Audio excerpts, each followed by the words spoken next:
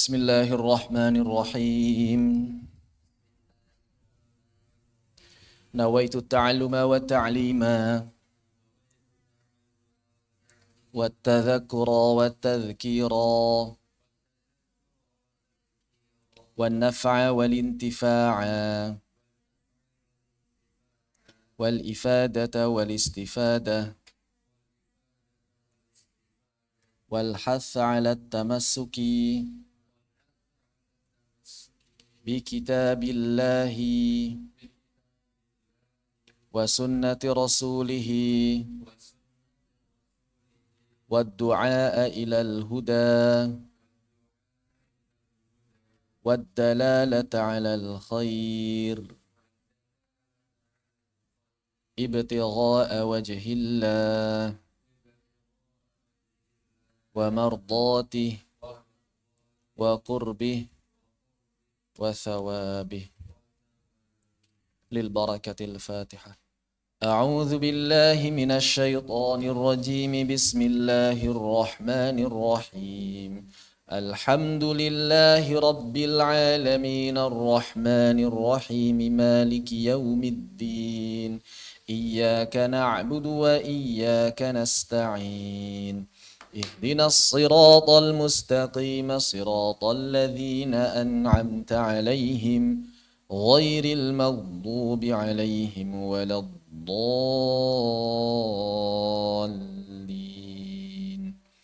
آمين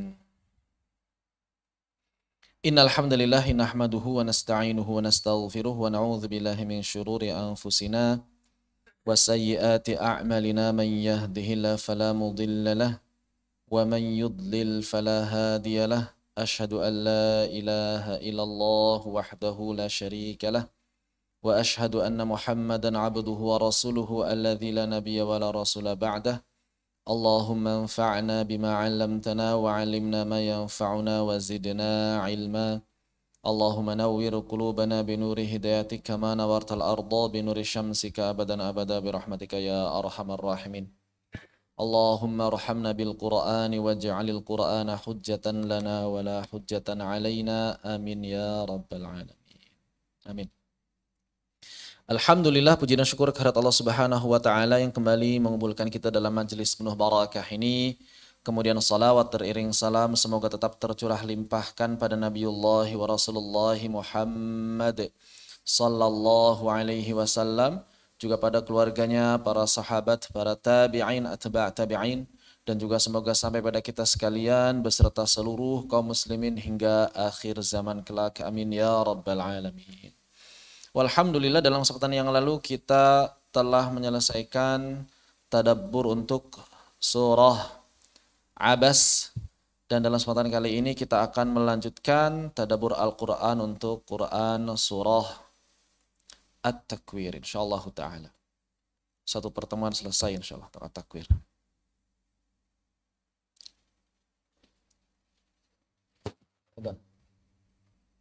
Wah, internetnya lagi jelek ya.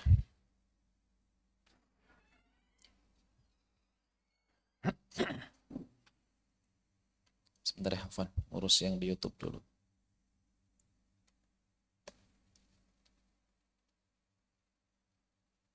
Ya, di Facebook nggak bisa.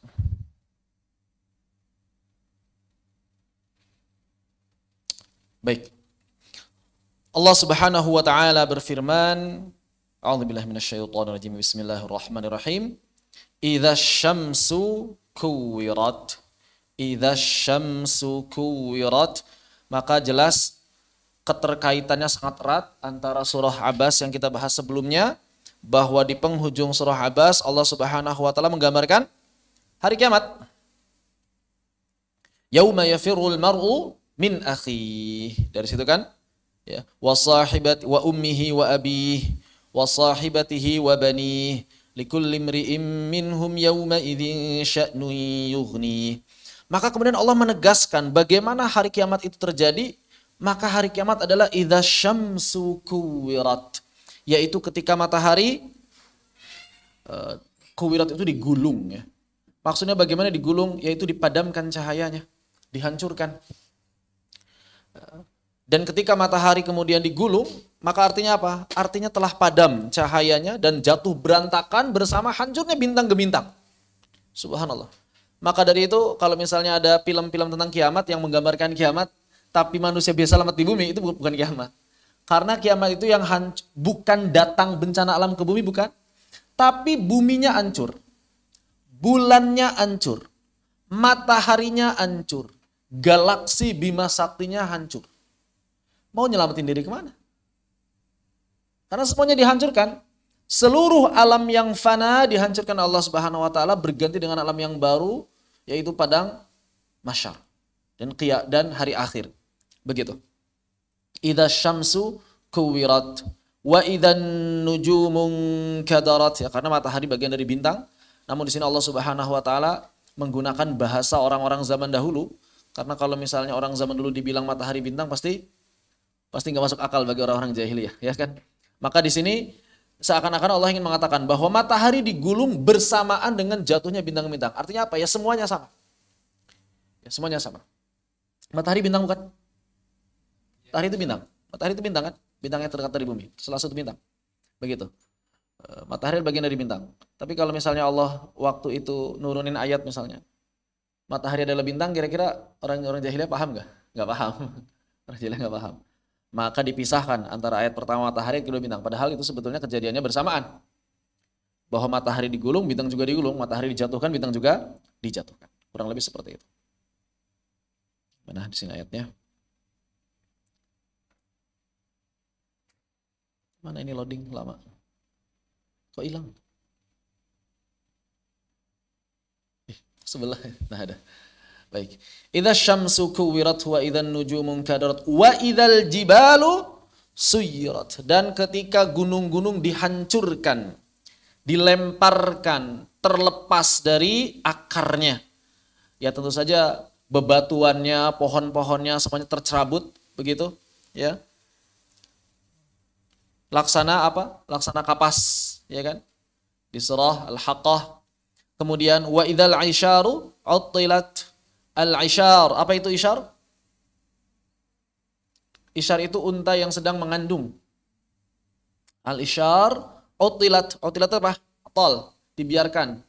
Maksudnya ketika harta, benda, perhiasan, kendaraan semuanya tidak dipedulikan lagi. Padahal namanya unta bunting, unta hamil itu kan harta yang berharga. Mau punya anak, tapi tidak dipedulikan, ditinggalkan. Maksudnya apa? Ketika hari kiamat manusia tidak memikirkan apapun selain keselamatan dirinya. Manusia tidak memikirkan apapun selain keselamatan dirinya. Sama persis dengan apa yang digambarkan di surah sebelumnya. Yauma yafirul mar'u min akhi wa ummihi wa abi wa sahibatihi wa bani. Likulli imri'in minhum yauma idzin sya'nun yughni. Bahwa pada hari itu manusia disibukkan dengan perkara menyelamatkan dirinya. Gimana caranya supaya selamat? Sudah lupa orang tua, lupa anak, lupa istri, lupa suami. Istri yang punya gelang, kalung emas, perhiasan banyak di rumah ditinggalkan. Suami yang punya 4 istri cantik-cantik pun ditinggalkan. Seorang orang tua yang punya 10 anak yang sangat disayanginya ditinggalkan. Bahkan digambarkan hari kiamat, wanita yang mengandung pun ingin segera mengeluarkan anak yang di dalam kandungannya dan untuk pergi meninggalkannya. Saking dahsyatnya hari kiamat. Wa idzal wuhushu husyirat. Al-wahsh, wahsh itu binatang liar. Husyirat. Dan ketika binatang liar dikumpulkan, maksud dikumpulkan ini diapakan? Untuk dibinasakan. Ketika binatang-binatang liar dibinasakan. Husyirat. Kemudian wa idzal biharu sujirat, dan laut dijadikan meluap, maka seluruh air akan meluap memenuhi bumi, buminya hancur, ya, semua air yang ada di dalam bumi ini, mau itu air sungai, air laut, air sumur, semua akan keluar. Semua akan keluar. Maka selamatnya dari mana? Enggak bisa. Buminya hancur kok. Buminya hancur. Begitu. Wa idzan nufusu zuwijat. Dan ketika jiwa-jiwa itu dipertemukan kembali dengan pasangan-pasangannya, dengan jasad-jasadnya, dengan golongan mereka. Itu maksudnya. Dengan yang semisal dengannya. Baik, sampai sini dulu. Kita baca dulu beberapa poinnya di sini. Di dalam kitab Idza Syamsu Kuwirat. Dan kalau bahasa kalau riwayat Warsh, Idza Syamsu Kuwirat. Karena sebelumnya kasrah. Ila qaulihi ta'ala, sampai alimat nafsu ma ahdarat. Berarti belum. Kita baca lagi ayatnya tadi. Wa idzan nufusu zuwijat. Ketika jiwa-jiwa dikembalikan atau dipasangkan kembali. Wa idzal mau'udatu su'ilat. Dan ketika orang-orang yang dibunuh, bayi-bayi yang dibunuh, itu ditanya. Bi ayyi dzambin qutilat.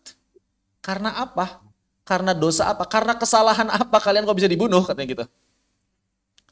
Nanti kita ada penjelasannya juga ini. Wa idzas suhufu nusyirat. Dan ketika lembaran-lembaran, maksudnya ada catatan amal, nusyirat, dibentangkan atau dibuka lebar-lebar. Suhuf di sini bukan Al-Qur'an. Suhuf di sini adalah catatan amal. Sehingga mereka nanti manusia melihatnya. Nasyr, disebarkan. Catatan amal disebarkan. Maksudnya disebarkan ke siapa? Kepada manusia. Mereka nanti akan melihatnya. Nusyirat. Begitu. Wa idzas samaa'u kusyitat. Dan langit dilenyapkan. Dan langit dilenyapkan. Berarti udah gak ada langit. Ya wallahu alam jadinya kayak gimana. Kita gak tahu alam setelah alam dunia ini seperti apa. Wallahu ta'ala a'lam. Begitu. Wa idzal jahimu su'irat. Dan kemudian ketika neraka jahim dinyalakan. Ketika neraka jahim dinyalakan. Wa idzal jannatu uzlifat. Dan ketika surga itu didekatkan. Maksudnya didekatkan, maksudnya bukan surga yang didekatkan itu saja, tapi orang-orang yang akan masuk surganya didekatkan. Begitu ya. Seperti itu. Atau ditampakkan. Kan surga itu gambaran-gambaran yang diberikan oleh Nabi kepada kita, bahwa yang namanya padang mahsyar itu kan padang, satu tanah lapang yang sangat luas, yang akan menampung seluruh umat manusia dari mulai zaman Nabi Adam sampai nanti hari kiamat. Kemudian di satu ujung di tanah tersebut ada sirat, ada jembatan. Nah, di seberang sirat itulah jannah. Makna didekatkan itu apa? Ditampakkan, kemudian orang-orang beriman dimudahkan untuk memasukinya. Dengan cara apa? Dengan cara mudah untuk menyeberangi sirat. Di bawah sirat itu adalah neraka. Gambarannya begitulah, gambaran sederhananya. Padang mahsyar, sirat, surga. Di bawahnya neraka, di samping-samping jembatan itu banyak pohon-pohon berduri yang siap menarik orang-orang yang berjalan di atasnya. Ada yang baru selangkah udah ditangkap malaikat dilempar ke bawah. Ada yang sambil merangkak-rangkak, ada yang sambil bergelantungan, intinya beda-beda. Di sirat, yang kata Nabi tajamnya lebih tajam daripada pedang. Maksudnya saking sulitnya melewati sirat. Tapi ingat, ada di antara kaum muslimin yang melewati sirat dengan secepat kilat. Ada yang melewati sirat dengan seperti menunggang kuda. Bahkan digambarkan bahwa orang yang rajin berkurban akan menaiki hewan kurbannya, hewan kurbannya. Begitu. Jadi kalau antum punya uang, kurbannya jangan patungan, nanti naiknya patungan, naiknya bareng-bareng katanya. Logika anak-anak gitu ya. Dulu saya waktu SMA cerita sama teman-teman. Nah sebetulnya kalau kita kurban, kalau punya uang jangan satu sapi bertujuh. Kenapa? Ntar di siratnya naiknya 7 orang. Ya iya kalau punya uang yang banyak aja. Gitu. Tapi tentu saja nggak letterlek kayak gitu ya. Nggak benar-benar sapi kita naiknya. Maksudnya dimudahkan gitu, seperti itu. Wa idzal jahimu su'irat wa idzal jannatu uzlifat. Alimat nafsum ma ahdarat. Maka nanti setiap jiwa, nafs itu jiwa, alimat mengetahui ma ahdarat, apa-apa yang telah dia kerjakan. Sampai sini ya, alimat nafsum ma ahdarat. Baik, ini kesimpulan yang sangat bagus sekali, bahasanya tinggi ya, dari Syekh As-Sa'di. Syekh As-Sa'di ini ahli tafsir dari Saudi. Syekh As-Sa'di ini ahli tafsir dari Saudi. Gurunya Syekh Ibnu Utsaimin. Hambali, beliau Hambali. Hadhil awsaf, bahwa pensifatan ini, sifat-sifat yang disebutkan Allah dari mulai idza syamsu kuwirat sampai alimat nafsum ma ahdarat, allati wasafallahu biha yaumal qiyamah, yang Allah sifatkan dengan sifat-sifat tadi hari kiamat, bahwa gambaran yang diberikan Allah Subhanahu wa taala tentang kiamat tadi itu, gitu ya gambarnya, minal awsafil lati tanza'iju lahal qulub, yaitu sifat-sifat yang dapat, apa itu tanza'ij? Tanza'iju itu adalah istash'ar bil qalaq. Jadi membuat hati itu merasa khawatir, merasa galau, merasa tertekan. Harusnya gambaran yang digambarkan Allah Subhanahu wa taala tentang hari kiamat tadi itu harusnya membuat hati kita bergetar, qalqalah. Kalau misalnya enggak, ada masalah berarti. Qulub, jantung-jantung ya. Harusnya deg-degan jantung ini kalau dengar berita begitu, harusnya. Kira-kira kita deg-degan enggak? Idza syamsu kuwirat wa idzan nujumun kadarat. Hanya biasa aja, karena kita belum meresapi maknanya. Kita enggak paham apa yang kita baca, makanya kita biasa saja. Maka harusnya apalagi yang sudah paham bahasa Arab, sudah mengkaji tafsir, harusnya ketika mendengar ayat idza syamsu kuwirat wa idzan nujumun kadarat wa idzal jibalu sirat wa idzal isyaru utilat wa idzal wuhusyu husyirat, seterusnya harusnya membuat kita itu jantung kita berdegup keras, harusnya berguncang jantung itu. Begitu.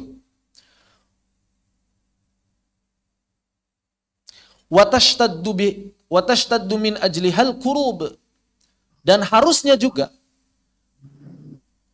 membuat rasa kekhawatiran kita, rasa takut kita, rasa sedih kita itu menjadi semakin banyak. Apa istilahnya? Kalau sedih banget apa? Semakin apa? Kesedihan semakin memuncak. Dan membuat kesedihan gara-gara pensifatan tadi harusnya semakin memuncak. Kekhawatiran semakin besar. Harusnya begitu. Watarta'idul faraid. Farais. Watarta'idul farais. Apa itu farais? Farisah. Itu saya tadi cari-cari. Namanya bagian pectoralis. Ini, bagian ini nih. Bagian antara leher dengan jantung. Di bagian ini. Nah, harusnya bisa membuat bagian dada kita berdegup keras, maksudnya gitu ya, berguncang, tartaid, irtaid itu gemetar. Kita kalau gemetar kan ini kan bergerak bagian ini, bagian pundak, bagian ini bergerak. Tartaid itu bergemetar. Harusnya kita bisa merasakan hal seperti itu. Harusnya. Wa ta'umul makhawif, dan juga akan menyebar rasa khawatir dan takut. Semakin apa? Semakin besar rasa takut kita harusnya.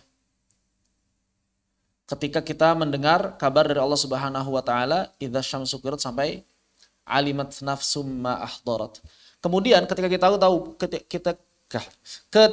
tahu bahwa pada akhirnya setiap jiwa akan melihat apa yang mereka kerjakan, yang sering saya gambarkan itu seperti melihat rekaman CCTV. Jadi kita ini sekarang lagi direkam, kemudian nanti kita lihat sendiri rekaman kita. Maka harusnya kalau kita adalah orang yang cerdas, bahwa nanti setiap rekaman kehidupan kita diputar, maka harusnya wa tahutsu ulil albabi lil isti'dadi lidzalikal yaum. Maka sudah semestinya kalau antum memang orang yang cerdas, akan mendorong, memotivasi antum untuk mempersiapkan diri menghadapi hari tersebut. Iya kan? Kita udah tahu betapa dahsyatnya hari kiamat. Kita sudah tahu bahwa nanti setiap jiwa akan melihat amalannya masing-masing, akan melihat lembaran-lembaran catatan amalnya. Maka kalau kita punya akal, harusnya kita mempersiapkan dong hari itu. Bukan malah terlena. Bukan malah berleha-leha. Bukan malah sibuk memikirkan sesuatu yang tidak ada kaitan dengan akhirat. Begitu. Harusnya kan seperti itu.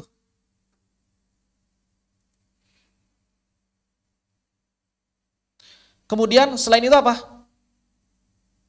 Wa tazjiruhum an kulli ma yujibul laum. Dan tentu saja kita akan mencegah, mengantisipasi berbagai hal, an kulli, berbagai hal yang dapat membuat kita menyesal. Kan begitu harusnya. Ya. Maka disinilah pentingnya kita mentadaburi ayat-ayat Allah Subhanahu wa taala agar sifat tersebut muncul dalam diri kita. Bahwa kita sekarang berarti saya harus siap-siap, hidup di dunia itu sementara, maka saya harus memprioritaskan tenaga, pikiran, amal untuk mempersiapkan kehidupan akhirat. Udah dunia nggak perlu banyak-banyak, toh pada akhirnya ditinggal. Banyak orang yang punya niat baik, ingin kaya raya supaya bisa sedekah, ya. Ingin apa, tapi biasanya ketika sudah bergelimang harta, hilang semua harapan-harapan awalnya tadi. Kenapa? Karena dia sudah terlalu sibuk. Akhirnya yang tadinya rajin ngaji jadi mulai berkurang ngajinya. Yang tadinya rajin sholat jadi mulai berkurang sholat sunnahnya. Begitu. Alhamdulillah kalau Allah takdirkan kaya dalam waktu singkat, ya bisa kita lanjutkan ibadah. Tapi kalau tidak, kita sibuk di bisnis kita. Bisnisnya pun nggak maju-maju, begitu kan? Betapa banyak orang yang saya pengen fokus di bisnis aja supaya nanti jadi orang kaya, bisa sedekah banyak-banyak. Namun yang terjadi apa? Yang terjadi ibadahnya teralaikan, bisnisnya pun tidak berkembang. Begitu. Betapa banyak orang hari ini yang menghabiskan waktu untuk dunia, pergi, bahkan ada orang yang bekerja perginya sebelum subuh. Ya. Kalau misalnya di sini mahasiswa jarang sih. Kalau misalnya antum tinggalnya di sekitar kompleks, ya, apalagi Jabodetabek, apalagi Depok, orang Depok ini banyak yang sudah nyalain motor jam 3, jam 4. Buat tahajud, wallahu a'lam, mudah-mudahan pada tahajud. Tapi jangankan tahajud, yang enggak sholat subuh aja banyak. Gimana mau sholat subuh, lawang di KRL udah jam 4:30 udah ngumpul di KRL. Gimana sholat subuhnya? Di stasiun 4:30 udah banyak, udah penuh. Kalau nggak percaya coba hari Senin sampai Kamis, ya. Antum sebelum subuh ke stasiun, buat lihat bagaimana manusia sudah padat di setiap stasiun dari Bogor sampai Bekasi. Buat ngapain? Buat ke Jakarta. Tapi kan ada musola di stasiun, ya musola kecil, nggak masuk akal kalau misalnya mereka sholat di musola. Orang musolanya kecil. Sholatnya di mana? Wallahu a'lam. Wallahu a'lam bishawab. Dan mereka semuanya kalau ditanya kebanyakan Muslim, tab'an, tentu saja. Dan mereka bilang dalam rangka apa? Dalam rangka beribadah, karena bekerja adalah ibadah. Gimana ceritanya? Mereka menyebut pekerjaannya sebagai ibadah, tapi meninggalkan ibadah yang asasi, sholat. Ketika istirahat di kantor, betapa banyak karyawan yang tidak sholat. Pulangnya kapan karyawan? Jam 5, jam 5:30. Biasanya 2 sholat terlewat, maghrib dan isya. Minimal maghrib terlewat. Itulah kehidupan manusia hari ini. Dan itu yang terjadi di tengah-tengah mayoritas kaum muslimin. Diakui atau tidak? Diakui atau tidak? Ini yang bekerja. Jangankan memang yang bekerja, yang tidak bekerja saja. Yang mahasiswa, yang umum para pedagang itu masih banyak yang tidak sholat. Ya, maka saya sering ceritakan, saya pernah ceritakan, di sini itu kalau subuh dulu banyak Gojek mangkal. Ya. Saya kalau ke masjid suka ngajak mereka, karena sekarang udah nggak ada. Antum subuh nggak ada. Dulu itu banyak Gojek mangkal sini. Sama saya sering disapa, Pak subuhan dulu Pak, ayo Pak subuhan dulu Pak. Sekarang nggak ada. Ya mudah-mudahan sih husnuzon mereka ke masjid salat subuh gitu kan ya. Bukan karena nggak mau disapa gitu. Itu dulu banyak mangkal di sini sebelum subuh. Sebelum subuh antum bayangin ya. Gojek sebelum subuh udah pada mangkal di sini. Saya keluar buat sholat subuh sudah ada. Nah, berarti mereka tidak pernah memikirkan apa yang sudah mereka persiapkan untuk kehidupan akhirat. Terlalu sibuk dengan kehidupan dunia. Dan itulah gambaran kaum muslimin hari ini. Begitu, ya. Jadi manusia itu enggak perlu disuruh kerja pun pasti bakal kerja. Maka yang dimotivasi itu gimana caranya manusia itu menggapai kehidupan akhirat. Karena untuk urusan dunia nggak dikasih tahu juga, ngejar. Maka nggak perlu pakai ayat pun, orang nggak perlu pakai ayat Al-Quran hadis pun untuk urusan dunia pasti mencari. Begitu. Makanya dalam ayat Al-Quran, dalam hadis Allah itu nggak pernah memotivasi untuk kehidupan dunia. Ada nggak motivasi kehidupan dunia? Bekerjalah kalian dengan sungguh-sungguh. Ada nggak? Berusahalah kalian untuk mencari uang sebanyak-banyaknya. Ada nggak? Nggak ada. Allah justru menggunakan kalimat-kalimat yang sederhana. Fantashiru fil ard. Bersebarlah, nyebar. Maksudnya keluar. Udah keluar ya udah cukup, udah keluar aja. Famshu, jalan. Jadi untuk menggapai dunia itu sederhana. Jalan, menyebar, udah. Tapi ketika Allah menggambarkan kehidupan akhirat apa? Fafirru ilallah. Bersegera. Wasari'u ila maghfirah. Jadi bahasanya beda. Kenapa seperti itu? Karena manusia butuh dimotivasi dalam urusan akhirat. Urusan dunia memang nggak perlu dimotivasi juga, ngejar. Maka saya agak kurang suka kalau misalnya ada motivator-motivator yang selalu mengajak untuk ayo kita bisnis, ayo kita jadi orang kaya, umat Islam wajib kaya. Orang nggak digituin aja udah pengen kaya. Apalagi digituin. Bawa pakai dalil lagi. Ya kan? Ya makin jauh dari akhirat. Begitu. Misalnya dalilnya apa yang sering dipakai buat orang bekerja? Wa qul i'malu fasayarallah. Katakanlah, beramalah kalian. Tar dulu, beramal di sini bukan kerja buat dunia, tapi beramal soleh. Apapun itu bentuknya. Apalagi dalil yang sering dipakai. Fa idza faragta fansab. Kalau kalian sudah selesai satu pekerjaan, selesaikan pekerjaan. Bukan. Kalau kalian sudah selesai satu ibadah, lakukan ibadah yang lain. Kalau kalian sudah selesai urusan dunia, segera masuk ke urusan akhirat. Tafsirnya. Makanya kata Ibnu Abbas, setelah sholat jangan lupa doa. Setelah sholat jangan lupa doa. Jadi setelah satu ibadah ke ibadah yang lain. Begitu. Bukan kemudian setelah salam langsung kabur. Buat menyelesaikan pekerjaan di depan komputer gitu kan. Yang padahal bisa jadi hasil dunianya tidak seberapa. Begitu. Jadi yang harus kita lakukan adalah mempersiapkan diri untuk kehidupan akhirat. Dunia apa? Dunia mah secukupnya aja. Makanya Allah pakai kalimat apa? Wala tansa nasibaka minad dunya. Jangan lupain dunia, udah gitu doang. Jangan lupain dunia. Antum misalnya nyuruh teman, beliin nasi goreng, jangan lupa pakai kerupuk. Yang penting nasi goreng atau kerupuknya? Nasi gorengnya. Kerupuknya coba jangan lupa doang. Nggak akan antum bilang kemudian ke tukang nasi goreng, bang kerupuknya doang dan nasinya nggak usah. Kenapa? Karena teman saya tadi bilang jangan lupakan kerupuk. Nggak gitu kan konsepnya kan? Maka kalau Allah bilang jangan lupakan dunia, berarti apa? Fokus sama akhirat. Jangan lupa, tapi jangan lupakan dunia. Kenapa jangan lupakan dunia? Karena khawatir antum sengsara, khawatir antum kelaparan jadi nggak bisa ibadah, khawatir antum jadi meminta-minta jadi terhina. Begitu. Hanya sebatas itu saja. Dunia itu hanya sebatas itu saja. Begitu.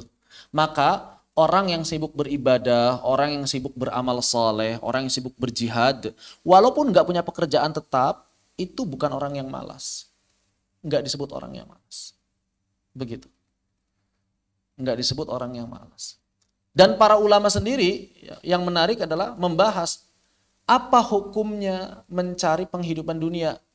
Kenapa? Karena para ulama beranggapan hidup kita itu akhirat. Lah terus gimana? Apa nih hukumnya cari penghidupan dunia? Sampai ada kitabnya kan? Hukum mencari penghidupan dunia. Ada yang bilang apa? Ada yang bilang mubah, ada yang bilang sunnah. Sebagian ulama mengatakan wajib pada sebagian kecil perkara yang dapat menunjang ibadah. Jadi wajibnya mencari penghidupan dunia sebatas pada perkara-perkara yang dapat menunjang ibadah. Enggak ada yang bilang wajib ain semuanya, enggak. Para ulama itu beda pendapatnya justru di sunnah dan di mubah. Bahkan ada sebagian ulama yang mengatakan khilaful aula, enggak perlu bekerja. Kalau memang di sana tersibukan kehidupan akhirat. Cuma ini pendapat yang lemah tentu saja ya. Masa bekerja enggak boleh? Tapi ada ulama yang berpendapat seperti itu. Ada ulama yang berpendapat seperti itu. Jadi enggak perlu kerja. Sibuk aja dengan ibadah. Begitu. Sampai-sampai Imam Abul Hasan Asy-Syaibani,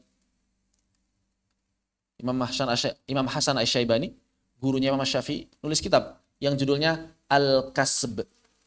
Al-Kasb. Apa Al-Kasb? Bekerja, usaha. Menguraikan apa di situ? Menguraikan apa hukumnya berusaha mencari penghidupan dunia. Begitu. Kenapa? Karena ternyata para ulama beda pendapat dalam masalah itu. Dan kita sekarang justru sibuk dalam masalah itu kebanyakan manusia hari ini. Ya 90% lah harus dikatakan. Begitu. Dan yang lucunya lagi kadang-kadang ada sebagian pengusaha. Ketika misalnya kita bilang sama para pengusaha, Pak, yuk mau donasi enggak buat pesantren, buat beasiswa segala macam. Mereka bilang apa biasanya? Makanya jadi ustadz itu punya usaha gitu ya. Supaya enggak open donasi, supaya enggak proposal. Loh, kalau para ustadznya usaha, siapa yang ngajar? Bapak yang ngajar gitu. Kadang-kadang enggak logis permintaan mereka. Kalau misalnya ustadznya usaha, terus yang ngajar siapa? Enggak ada. Maka enggak semua orang harus berusaha. Tapi kalau ada orang Islam usaha, kaya, maka sisihkan. Maka sisihkan. Begitu. Tidak semuanya harus jadi pengusaha, tidak semuanya harus jadi ustadz, tidak semuanya jadi ulama. Masing-masing orang silahkan berperan pada bidangnya sendiri-sendiri, pada bidang yang dia geluti, pada bidang yang memang dia cenderung kepadanya. Lalu fokus di sana, saling membantu sama muslim, ya. Ulamanya jaga para pengusahanya supaya bisnisnya halal, pengusahanya kasih kemudahan bagi para ulama, bagi para santri, agar mereka bisa fokus dalam ilmu syari. Harusnya begitu. Baik. Kemudian Al-Hafidh Al-Hafidh, bukan Ibnu Katsir ya. Berarti ini Ibnu Qayyim Al-Jauziyah rahimahullah taala, Ibnu Qayyim Al-Jauziyah atau Ibnul Qayyim. Jadi cara bacanya kalau pakai Al-Jauziyah jangan pakai alif lam. Ibnu Qayyimil Jauziyah atau Ibnul Qayyim. Beliau seorang Hambali juga, teman atau saudara seperguruannya Al-Hafidh Ibnu Katsir. Mereka sama-sama berguru kepada Syekhul Islam Ibnu Taimiyah. Beliau Hambali.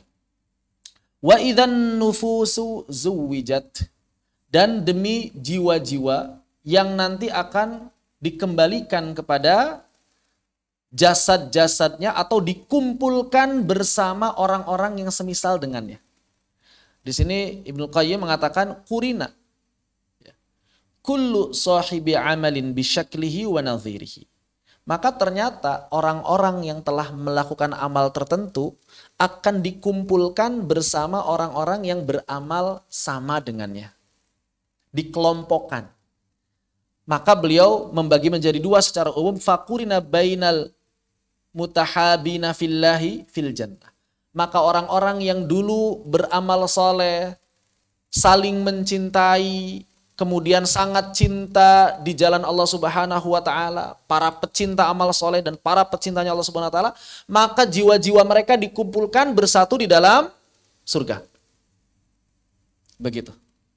Wa qurina bainal mutahabina fi ta'ati syaitani fil jahim. Dan Allah Subhanahu wa taala mengumpulkan orang-orang yang cinta terhadap ketaatan pada setan fil jahim, di neraka jahim. Itu maksud dari wa idzan nufusu zuwijat. Setiap jiwa akan dikumpulkan dengan yang semisal sepertinya. Maka Ibnu Qayyim melanjutkan fal mar'u ma'man ahab. Maka setiap orang pasti akan berkumpul dengan yang ia cintai. Maka hati-hati mencintai sesuatu, hati-hati mencintai seseorang. Sya'a au aba. Terserah antum mau bareng sama dia atau enggak mau bareng sama dia. Kalau antum cinta sama dia, di akhirat pasti bakal bareng sama dia. Begitu. Ada orang yang ngefans berat sama Leo Messi misalnya. Insya Allah di akhirat bersama Messi. Rugi enggak? Ya rugi banget. Orang kafir. Ada misalnya muslimah berjilbab ngefans sama siapa? Artis Korea yang terkenal si Jungkook ya. Saya juga nggak tahu Jungkook itu yang mana orang. Cuma sering lihat aja namanya. Wah si Jungkook gitu. Ya dia akan dikumpulkan dengan Jungkook nanti di akhirat. Dan inilah kerugian yang sangat besar. Tapi kalau kita cinta pada Nabi Muhammad, cinta kepada para ahli qiraat, cinta kepada Imam An-Nawawi, cinta kepada Al-Imam Asy-Syafi'i, maka kita akan dikumpulkan bersama mereka. Walhamdulillah. Al-mar'u ma'man ahab. Sya'a au aba. Antum nolak, antum sukarela, antum akan dikumpulkan bersama mereka. Inilah makna dari wa idzan nufusu zuwijat. Setiap jiwa akan dikumpulkan dengan yang semisal sepertinya. Begitu. Maka hati-hati mencintai seseorang. Hati-hati. Ya, jangan sampai kita terlalu mencintai, terlalu ngefans sama seseorang yang ujungnya itu tidak memiliki kebaikan. Kita boleh menjadikan atau mengambil teladan dari orang-orang kafir sekalipun dalam kebaikan mereka, tapi jangan sampai jatuh cinta terlalu berlebihan, apalagi mencintai sesuatu lebih dari mencintai Allah Subhanahu wa taala. Begitu. Kenapa? Karena walladzina amanu asyaddu hubban lillah. Karena orang-orang beriman itu harus sangat besar kecintaannya kepada Allah Subhanahu wa taala. Begitu ya. Jadi hati-hati. Kemudian berkaitan dengan ayat wa idzal mau'udatu su'ilat bi ayyi dzambin qutilat. Kenapa yang ditanya itu adalah si bayi yang dibunuhnya? Kenapa? Dosa apa kalian sampai dibunuh? Kenapa yang ditanya bukan yang membunuhnya? Paham enggak? Allah nanya kepada bayi, bukan kepada pembunuh. Kenapa alasannya? Bayi-bayi perempuan, kenapa kalian dibunuh? Dosa apa yang kalian lakukan sampai dibunuh? Maka ternyata isya'ru. Informasi ini, keterangan ini, bi annahu la dzamballaha fatuqtal bisababi. Informasi ini menunjukkan pada kita bahwa ternyata bayi-bayi tersebut enggak punya dosa apapun tapi mereka dibunuh. Enggak punya dosa, apa dosanya?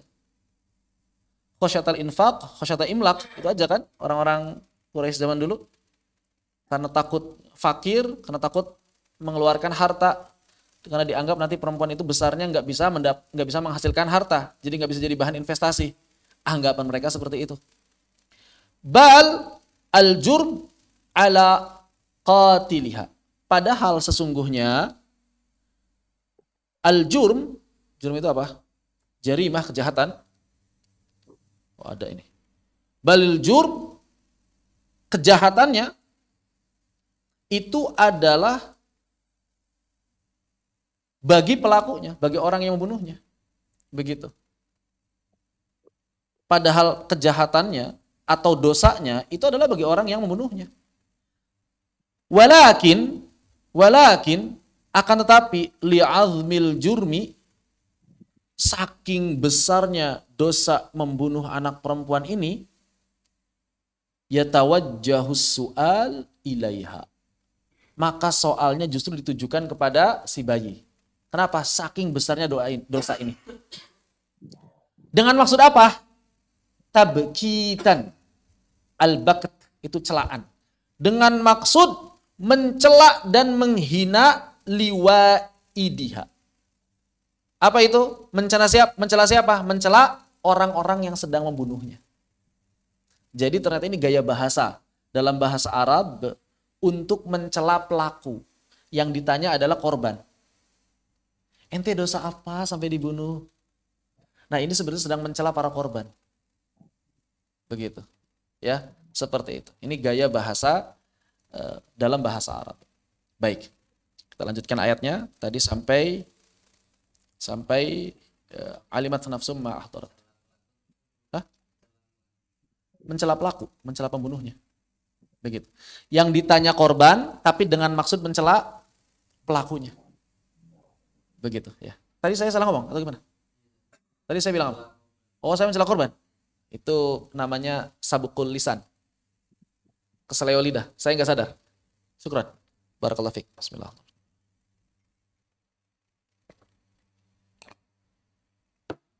Allah Subhanahu wa taala melanjutkan, fala uqsimu bil khunnas. Fala di sini bukan maka tidak artinya, tapi bukan. La di sini maksudnya adalah benar, sungguh, begitu. Seperti ala maknanya. Uqsimu bil khunnas. Uqsimu bil khunnas. Aku bersumpah dengan al khunnas. Al-khunnas itu bahasa lain dari bintang juga. Bahasa lain dari bintang. Aku bersumpah dengan bintang. Berarti ketika Allah Subhanahu wa taala bersumpah atas nama makhluk, maka makhluk itu adalah makhluk yang bermanfaat bagi manusia, gitu ya. Kemudian al-jawaril kunnas. Al-jawar yang muncul atau beredar, jarian, mengalir atau berlari atau berputar. Nah, maka berarti bintang itu berputar. Matahari bergerak nggak pada garis edarnya? Hah? Bergerak matahari itu. Begitu. Al-kunnas. Kunnas itu tenggelam. Maksudnya tenggelam apa? Tidak tampak. Maksudnya tenggelam tidak tampak. Ini dari sudut supaya orang-orang jahiliyah paham dari sudut pandang mereka ya. Makanya Allah menggambarkannya al-jawaril kunnas. Padahal kan matahari nggak pernah tenggelam. Tenggelam kemana? Cuma dari sudut pandang penglihatan kita. Muncul dan tenggelam. Muncul di pagi hari, tenggelam di petang hari. Dari sudut pandang kita. Wal laili, dan demi malam, idza as'as, ketika larut, ketika gelap gulita. Wal laili idza as'as. Dan puncak gelapnya malam itu berarti menjelang subuh, ya. Puncak gelapnya malam. Nah, as-as itu puncak gelapnya malam. Yang hampir terang, hampir berubah menjadi terang. Apa istilahnya? Klimaks ya. Klimaksnya malam. Hampir anti klimaks. Maka setelah as-as datang, was-subhi idza tanaffas. Was-subhi idza tanaffas. Dan di sini menarik ya, bahasanya tanaffas. Tanaffas. Munculnya itu menyingsing kalau bahasa kita mungkin ya. Jadi gitu istilah kita. Kan seperti itu. Fajar itu terbitnya begitu. Jadi terangnya itu ya cantik lah begitu ya, seperti itu. Tanafas. Was-subhi idza tanafas. Pagi hari ketika apa? Ketika menyingsing dan ketika fajar menyingsing. Bahasa kitanya seperti itulah. Innahu, sesungguhnya, hu-nya kembali kemana? Ada kalimat yang disebut nggak sebelumnya di sini? Kalau misalnya mau disebut wasubah kan berarti ya. Innahu laqaulu rasulin karim, kalau dari sinahu, maka hu-nya kembali kepada as-subah. Padahal bukan. Hu-nya di sini kemana? Hah? Kemana? Ke awal, yang mana? Fala uqsimu. Fala uqsimu bil khunnas gitu maksudnya. Innahu laqaulu rasulin karim. Berarti bintang-bintang itu perkataan rasulin karim. Oh, hu-nya kembali ke Allah. Kata siapa? Coba. Bukan. Hu-nya kembali kepada Al-Quran. Loh, Al-Quran kan nggak ada di sini disebutkan. Sesuatu yang mulia atau ma'ruf tidak butuh disebutkan, ya, tidak butuh disebutkan namanya. Sesuatu yang sangat mulia dan terkenal itu tidak perlu disebutkan namanya. Sama seperti ketika Allah Subhanahu wa taala berfirman, inna anzalnahu fi lailatul qadar. Nah, ada Al-Quran di situ? Kalimat? Nggak ada. Allah cuma bilang hu. Kenapa? Karena udah terkenal, udah ma'ruf maksudnya apa, dan sesuatu itu sangat mulia. Makanya Allah tidak menyebutkan secara spesifik, tapi sudah pasti maksudnya itu. Maka innahu, sesungguhnya Al-Quran itu laqaulu rasulin karim. Yaitu laqaulu rasulin karim maksudnya adalah firman yang dibawa. Jadi laqaulu rasulin karim ini bukan apa? Bukan perkataannya Jibril, bukan, tapi sebuah firman yang dibawa oleh malaikat yang mulia. Tafsirnya begitu. Siapa yang kemarin rame itu? Mun'im Siri ya.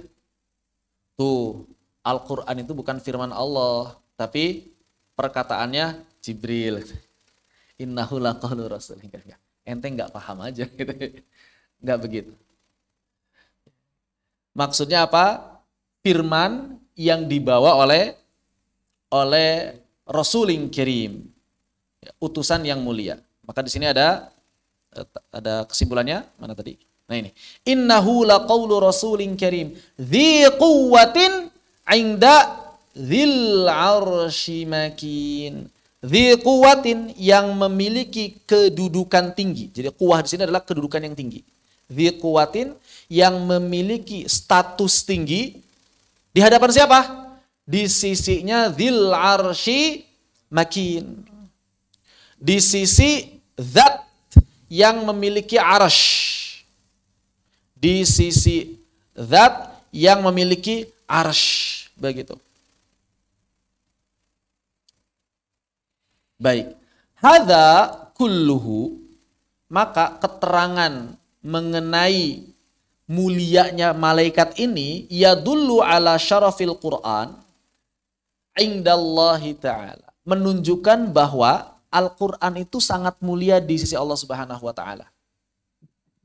Jadi menyebutkan utusannya mulia, di sini kan yang disebut mulia apanya? Utusannya kan? Utusan yang mulia.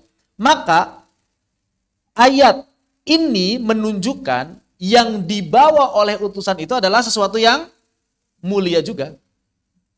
Kenapa? Bi'annahu, karena sesungguhnya Allah Subhanahu wa taala ba'atha bihi hadzal malak al-karim. Karena dengan Al-Qur'an inilah Allah Subhanahu wa taala kemudian mengutus malaikat yang mulia.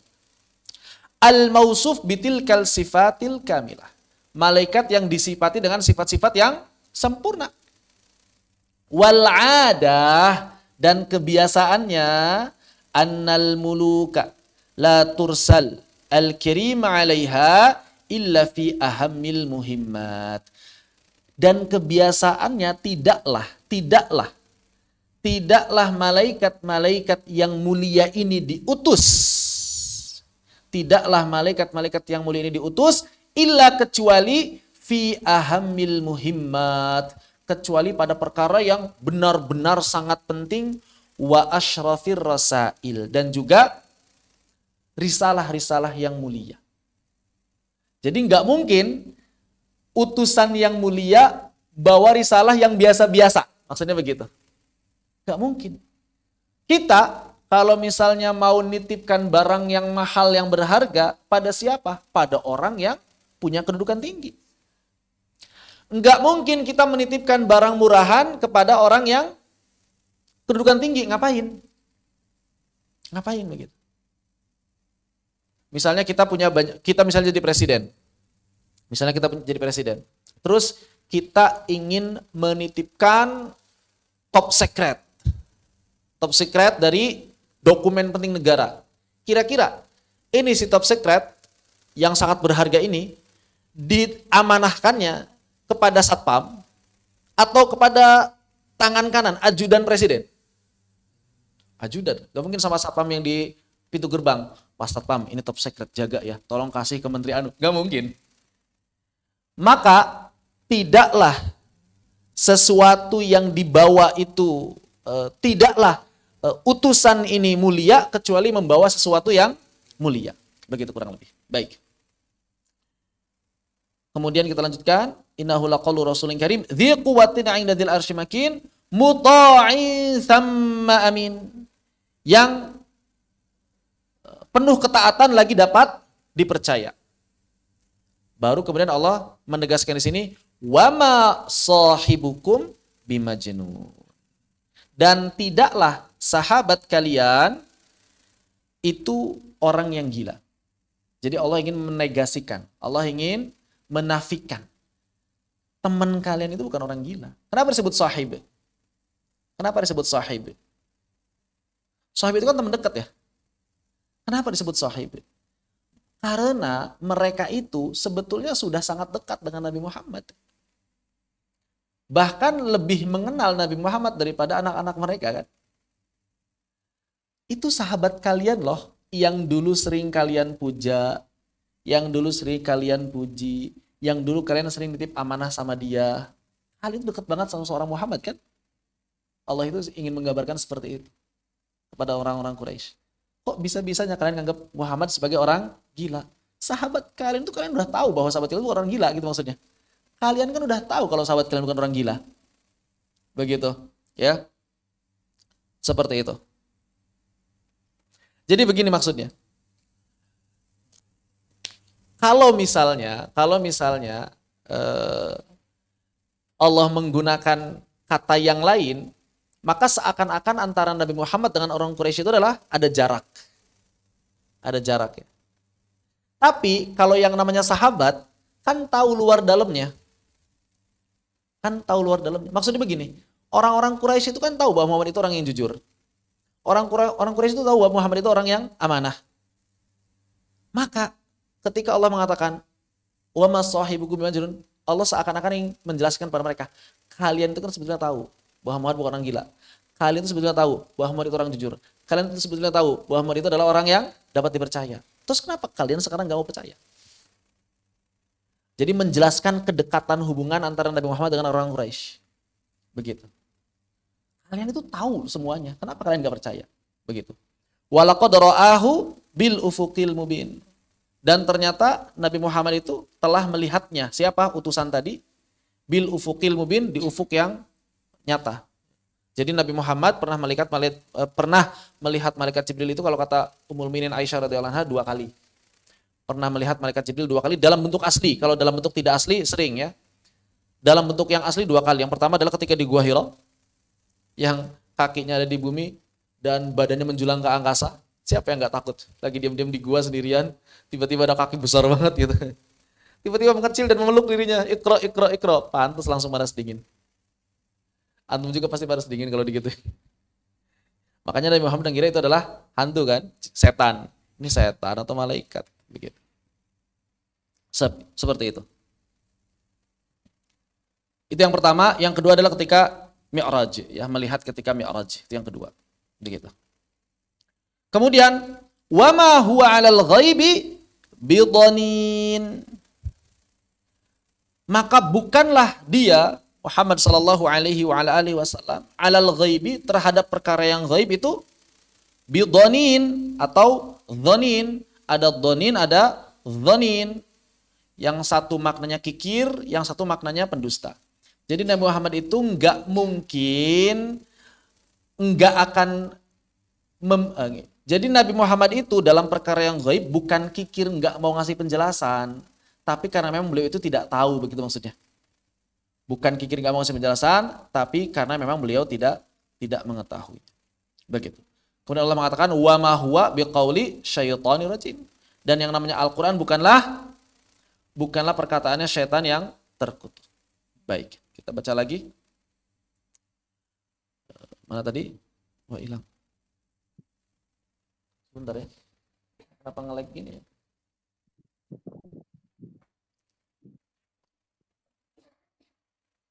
Oh, hilang. Oh, ada lagi. Wa ma huwa biqauli syaitonir rajim fa aina tadhhabun in huwa illa dzikrun lil alamin. Faman 'alima hadhil awsaf lil Qur'an, maka siapa saja yang telah memahami sifat-sifat Al-Qur'an yang mulia ini, war rasulainil atiyaini,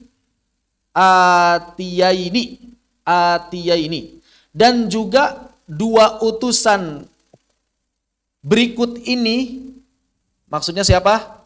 Utusan malaki yaitu Jibril, utusan basyari yaitu Muhammad. Karena yang membawa Al-Quran 2, dari malaikat 1 perwakilannya Jibril, dari manusia 1 siapa? Nabi Muhammad SAW.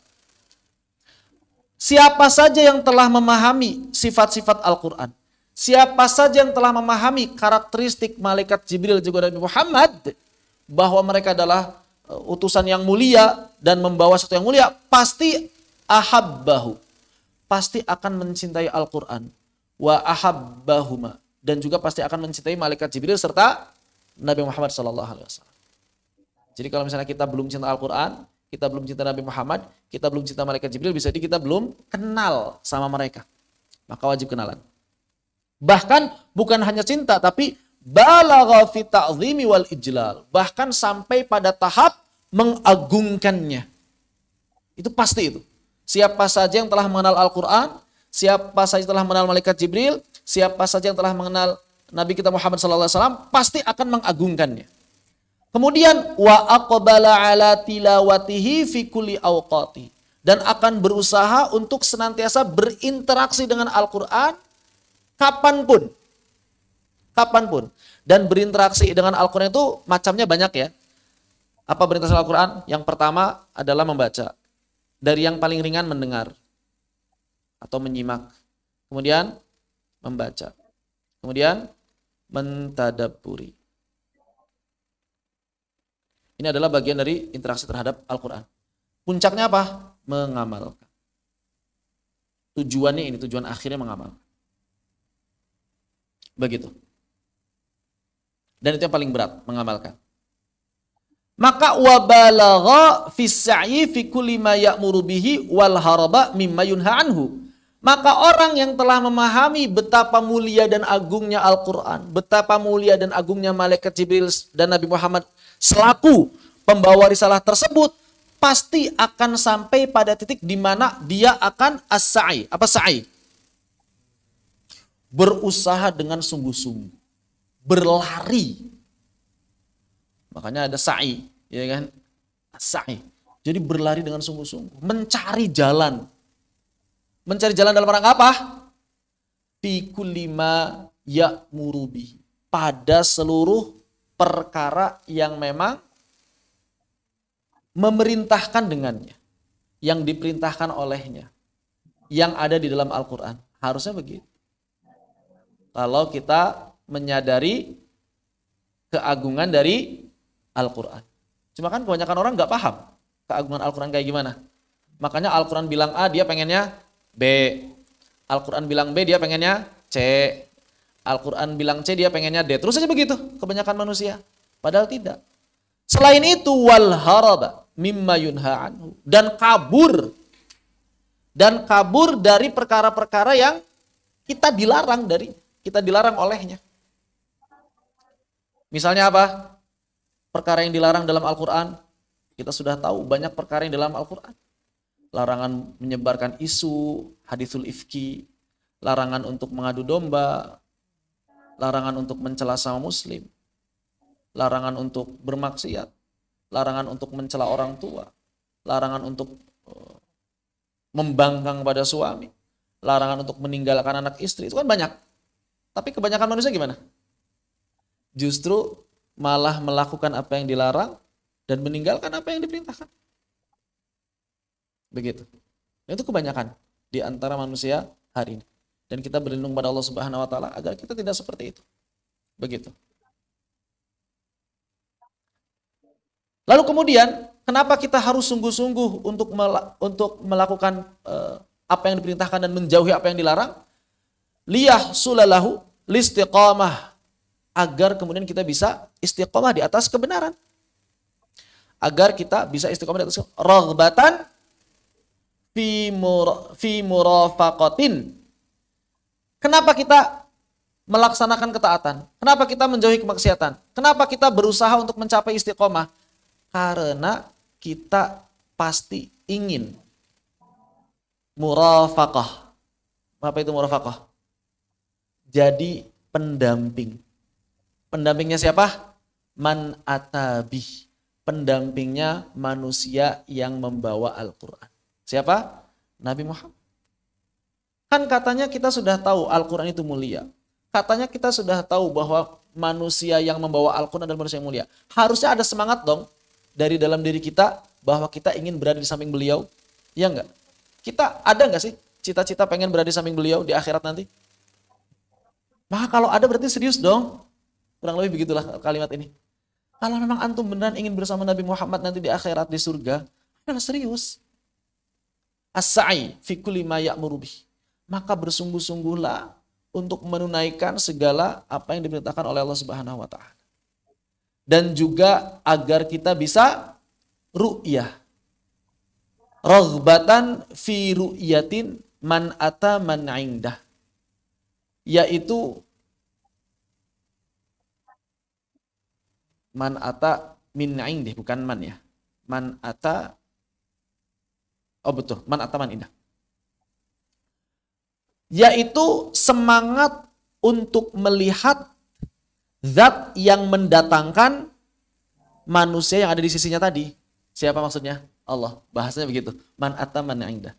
Manusia, zat yang mendatangkan Nabi kita Muhammad SAW. Jadi harusnya kalau kita sudah tahu bahwa Al-Quran mulia, Nabi Muhammad mulia, Malaikat Jibril mulia, maka harusnya ada semangatlah dari dalam diri kita untuk bisa bersama Nabi Muhammad. Dan ada semangat dalam diri kita untuk bisa melihat Allah yang mendatangkan Nabi Muhammad pada kita. Begitu. Kira-kira muncul nggak nih semangat itu? Bisa nggak dimunculkan semangat itu? Kita benar-benar siap. Berupaya dengan sungguh-sungguh untuk bersiap-siap diri supaya bisa bertemu dengan Allah Subhanahu wa taala. Dan ru'yatullah itu hak. Melihat Allah itu adalah benar. Itu akidah Ahlussunnah wal Jamaah. Benar-benar bisa dilihat. Nanti di hari akhir. Ya. Hijabnya akan dibuka. Syaratnya masuk surga dulu. Syaratnya masuk surga. Dan syaratnya masuk surga harus mati dulu. Ya kan? Syaratnya masuk surga sebetulnya. Ada nggak orang nggak mati tapi masuk surga? Ada. Soalnya mati dulu. Begitu. Baik. Kemudian Allah melanjutkan, in huwa, bahwasanya Al-Quran itu in huwa illa dzikrun lil alamin. In huwa illa dzikrun lil alamin.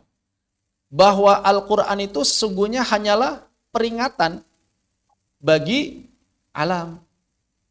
Peringatan bagi seluruh alam. Liman, tapi liman sya'a minkum ayyastaqim.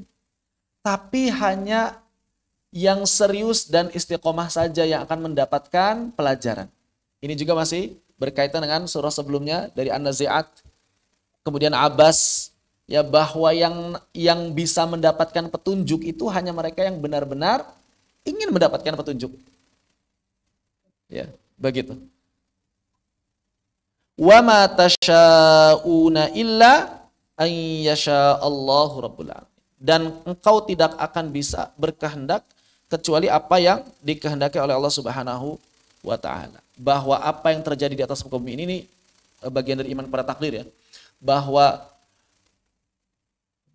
apa istilahnya itu?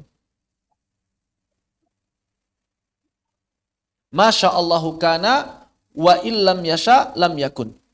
Masya itu kaidah. Masya Allahu kana wa illam yasha lam yakun. Segala sesuatu yang terjadi itu atas kehendak Allah Subhanahu wa taala, dan apa yang tidak dikehendaki Allah maka tidak akan pernah terjadi. Segala yang tidak dikehendaki Allah tidak akan pernah terjadi. Begitu. Berarti kejahatan atas kehendak Allah juga? Iya enggak? Iya enggak? Iya, itu iradahnya Allah. Tapi secara kalam Allah itu enggak ridho terhadap perbuatan itu. Pertanyaannya, kalau Allah enggak ridho, kenapa Allah tetap menciptakan kejahatan? Agar kita bisa bertobat. Kejahatan secara umum. Allah kan enggak suka kan? Manusia berbuat jahat, Allah suka enggak? Enggak. Tapi kenapa Allah Subhanahu wa taala tetap menciptakan kejahatan? Misal, Allah suka enggak sama hambanya yang bermaksiat? Enggak suka. Tapi ketika ada hamba memilih untuk bermaksiat, Allah kabulkan enggak? Maksudnya ada hamba nih, saya pengen minum minuman keras. Kemudian Allah berikan jalannya enggak? Berikan kan? Kenapa? Untuk ujian itu mah Ustaz. Untuk sebagai ujian. Ada lagi? Begini, suka ada orang yang nanya begini, Ustaz, kalau Allah nggak suka kita maksiat, kan gampang buat Allah. Langsung saja suruh kita secara pakai masyiahnya Allah dan pakai iradahnya Allah, cegah kita untuk tidak bermaksiat, kan selesai. Tapi ternyata enggak. Kenapa? Karena ada yang namanya hukum alam. Iradah kauniyah. Iradah kauniyah ini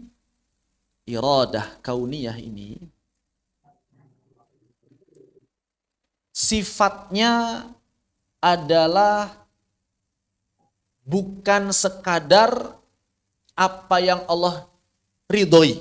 Jadi iradah kauniyah itu enggak mesti Allah ridhoi. Namun kalau bahasa zaman sekarang ya gampang, satu sistem yang telah di-create oleh Allah Subhanahu wa taala. Satu sistem. Jadi Allah itu dengan irodahnya menciptakan sebuah sistem dalam kehidupan manusia. Salah satunya sistem apa? Sistem sebab akibat. Salah satunya sistem sebab akibat. Dan untuk menunjang sistem tersebut, maka Allah menanamkan irodah juga pada diri manusia. Kudroh juga pada diri manusia. Nah, irodah sama kudrohnya manusia itu berjalan di atas sistemnya Allah tadi. Walaupun Allah enggak ridho sebetulnya. Makanya Allah mengatakan kan, siapa yang mau kafir silahkan, yang mau beriman silahkan. Bukan berarti Allah meridhoi kekafiran, bukan. Tapi Allah sudah menciptakan sistem. Ketika engkau dengan irodahmu memilih kafiran, Allah akan berikan jalannya. Dan ketika engkau dengan irodahmu memilih keimanan, maka Allah sudah mudahkan jalannya. Makanya dalam ayat yang lain, fasanuyasiruhu lil yusra. Dan bagi orang-orang yang di dalam hatinya punya keinginan berbuat kejahatan, fasanuyasiruhu lil usra. Namun, selain Allah tadi punya iradah kauniyah, sistem hukum alam tadi, namun Allah punya kalam. Berupa apa? Amr wan nahyu. Punya kalam berupa amr wan nahyu. Apa itu amr wan nahyu? Perintah dan larangan. Nah, ini kaitannya dengan keridhaan Allah. Allah hanya memerintahkan, tapi tidak memaksa, apa istilahnya ya? Tidak menjadikan manusia seperti wayang. Ketika ada manusia yang kemudian mereka melakukan kejahatan, pertanyaan saya, ada manusia yang melakukan kejahatan, melakukan kemaksiatan. Pertanyaan saya, itu apakah karena Allah yang pengen dia bermaksiat, atau karena dia dengan irodahnya melakukan kemaksiatan, lalu Allah kabulkan keinginannya tersebut? Yang pertama atau yang kedua? Yang kedua kan? Kenapa? Karena sistemnya sudah diciptakan oleh Allah. Itulah yang nanti di akhirat akan dipertanggungjawabkan. Pilihan-pilihan manusia itulah yang nanti di akhirat akan dipertanggungjawabkan. Kalau misalnya semuanya harus tunduk pada irodahnya Allah, maka berarti manusia nggak butuh mempertanggungjawabkan apapun. Iya kan? Ternyata tidak. Allah itu nggak maksa. Betul, Allah akan memudahkan jalan pilihan kalian. Allah akan merealisasikan, Allah akan menakdirkan kalian seperti ini, seperti itu. Tapi ingat, Allah nggak pernah memaksa kalian. Bahkan ketika Allah memberikan amr dan nahyu sekalipun, Allah nggak maksa. Maksa nggak Allah? Allah hanya memberikan ancaman. Allah hanya memberikan gambaran balasan. Nggak maksa. Tapi memang ada orang-orang tertentu yang ketika Allah sudah cinta padanya, Allah akan dalam tanda petik paksa dia selalu berbuat kebaikan. Sebaliknya, ketika Allah sudah murka pada seseorang, pada manusia, maka Allah akan sulitkan dia berbuat kebaikan. Maka hati-hati. Antum pernah merasakan nggak? Misalnya kita pengen maksiat tapi gagal terus. Nah, itu harusnya bersyukur, berarti Allah udah cinta sama kita. Allah gagalkan terus kemaksiatan tersebut. Sebaliknya. Ada sebagian orang yang suka curhat sama saya, Ustaz, saya itu sebenarnya pengen tobat, tapi gagal terus. Itu bahaya. Khawatirnya Allah sudah nggak ridho sama dia sehingga mempersulit jalan pertobatan. Tapi sebetulnya ketika seseorang masih ada keinginan taubat, itu masih ada secercah cahaya. Kapan hukuman paling besar menimpa seseorang? Hukuman paling besar di dunia itu bukan azab. Hukuman paling besar di dunia adalah kehilangan rasa bersalah. Ketika seseorang telah hilang rasa bersalah di dalam dirinya, maka sebetulnya dia telah mendapatkan hukuman yang sangat besar dari Allah Subhanahu wa taala. Kenapa? Karena dia akan terus berbuat salah. Dan ketika dia berbuat salah, akan bertambah dosanya. Nanti di akhirat Allah nggak segan-segan menghukumnya. Begitu. Ya. Jadi irodahnya Allah itu tidak mesti harus sejalan dengan keridhaannya Allah. Yang sejalan dengan keridhaannya Allah apa? Amr dan nahyu. Inilah sejalan dengan keridhaannya Allah. Tapi amr dan nahyu tidak dipaksakan kepada manusia. Hanya sebatas dikabarkan. Maka nanti manusia diberikan pilihan. Dan manusia dibebaskan untuk memilih. Dengan irodahnya itu. Dan Allah akan memudahkan jalan apa yang dipilih oleh manusia tadi. Dengan sistem yang sudah diciptakannya tadi. Melalui irodahnya Allah Subhanahu wa ta'ala. Ya. Sistemnya kayak gimana? Wallahu alam. Itu gaib, kita nggak bisa ya. Bisa nggak ngakalin sistemnya? Ngakalin sistemnya. Supaya kita ini dapatnya irodah yang diridhoi terus gitu ya. Nggak bisa begitu. Nggak bisa begitu. Seperti itu. Tapi pokoknya selama kita masih berada di atas kebaikan, ya bersyukurlah. Ya berarti kita masih di atas keridhaan Allah Subhanahu wa taala. Ya. Cuma ingat kalau kita sudah mulai banyak dimudahkan jalan untuk bermaksiat, nah itu mulai hati-hati tuh. Ketika kita sudah diberikan jalan yang mudah untuk bermaksiat, maka hati-hati. Dan hari ini jalan kemaksiatan itu makin mudah. Kita bisa bermaksiat dimanapun dan kapanpun. Tinggal buka HP bisa maksiat. Dengan berbagai macam jenis kemaksiatan yang ada. Ada itu jenis kemaksiatannya macam-macam, bisa milih.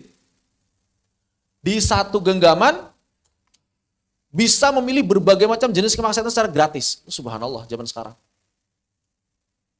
Subhanallah. Ya kan? Kemaksiatannya bukan satu jenis. Banyak.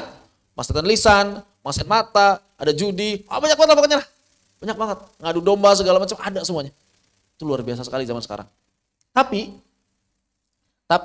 jangan putus asa. Kenapa? Karena justru ketika kita dikelilingi oleh kemaksiatan atau dikelilingi oleh pintu-pintu kemaksiatan, maka jadikan itu sebagai jalan untuk mendapatkan pahala. Loh kok bisa? Karena ketika kita pegang HP misalnya, terlintas maksiat, ya Allah saya nggak mau maksiat. Catat pahala ini ya Allah. Dapat pahala. Tapi orang yang nggak pernah terlintas maksiat, dapat pahala meninggalkan maksiat nggak? Paham nggak? Misalnya ada orang terlalu baik, kepikiran maksiat aja nggak pernah. Dia dapat pahala khusus meninggalkan maksiat tertentu nggak? Kan enggak. Tapi kalau orang yang dikelilingi pintu kemaksiatan, peluang dapat pahalanya banyak. Jadi jadikan itu sebagai peluang dapat pahala yang banyak begitu. Seperti itu ya.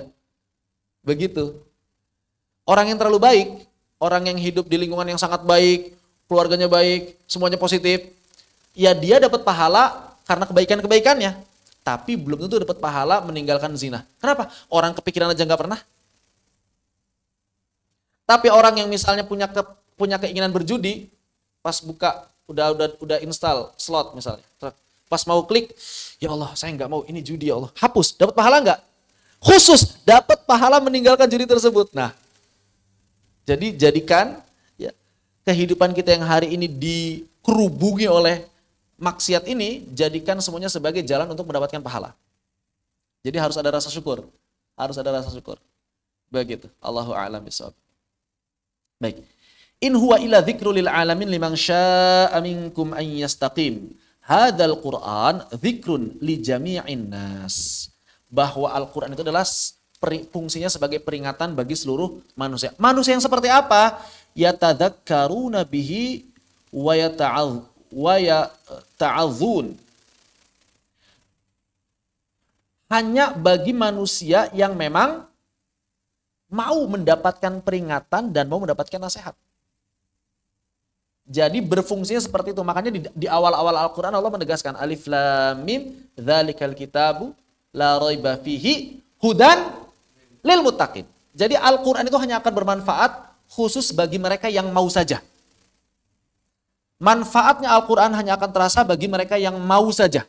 Mau apa? Mau menerima peringatan, mau menerima nasihat.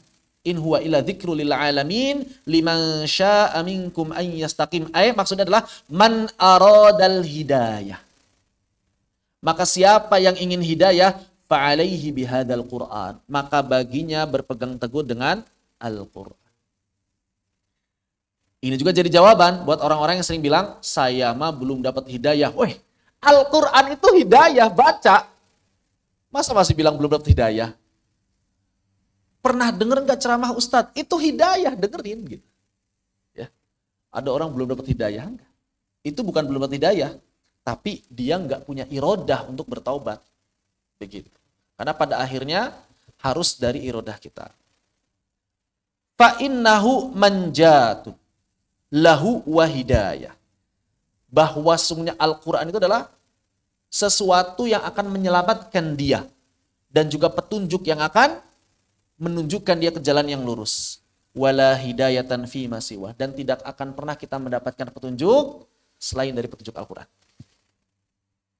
Maka siapa saja yang ingin mendapatkan petunjuk, buka Al-Quran, pahami Al-Quran. Tapi ingat ya, jangan sembarangan memahami Al-Quran. Saya beberapa kali mendapati orang-orang yang semangat tadabbur, tapi sayang hanya mengandalkan terjemahan semata, sehingga dia berpikir sesuai dengan pikirannya sendiri. Akhirnya banyak yang keliru.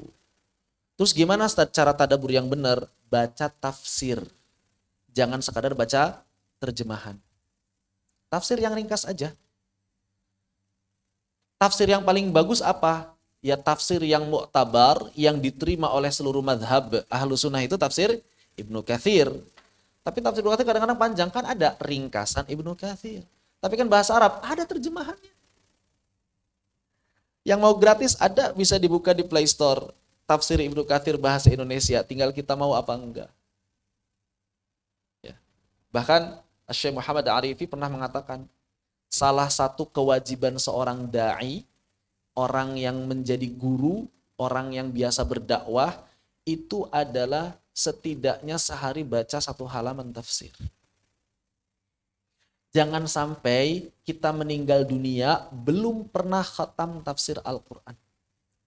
Jangan sampai. Rugi kita. Itu ilmu dari sumber dari segala sumber ilmu. Jangan sampai nggak pernah tahu isi kandungan Al-Quran secara utuh. Sehari salaman itu insya Allah bisa. Nggak banyak, sehari salaman aja. Baca. Tafsir Ibnu Katsir kepanjangan Ustaz. Tafsir Jalalain. Lebih ringkas. Baca. Silakan. Bahasanya bahasa ulama klasik, terjemahannya kurang bagus. As-Sa'di.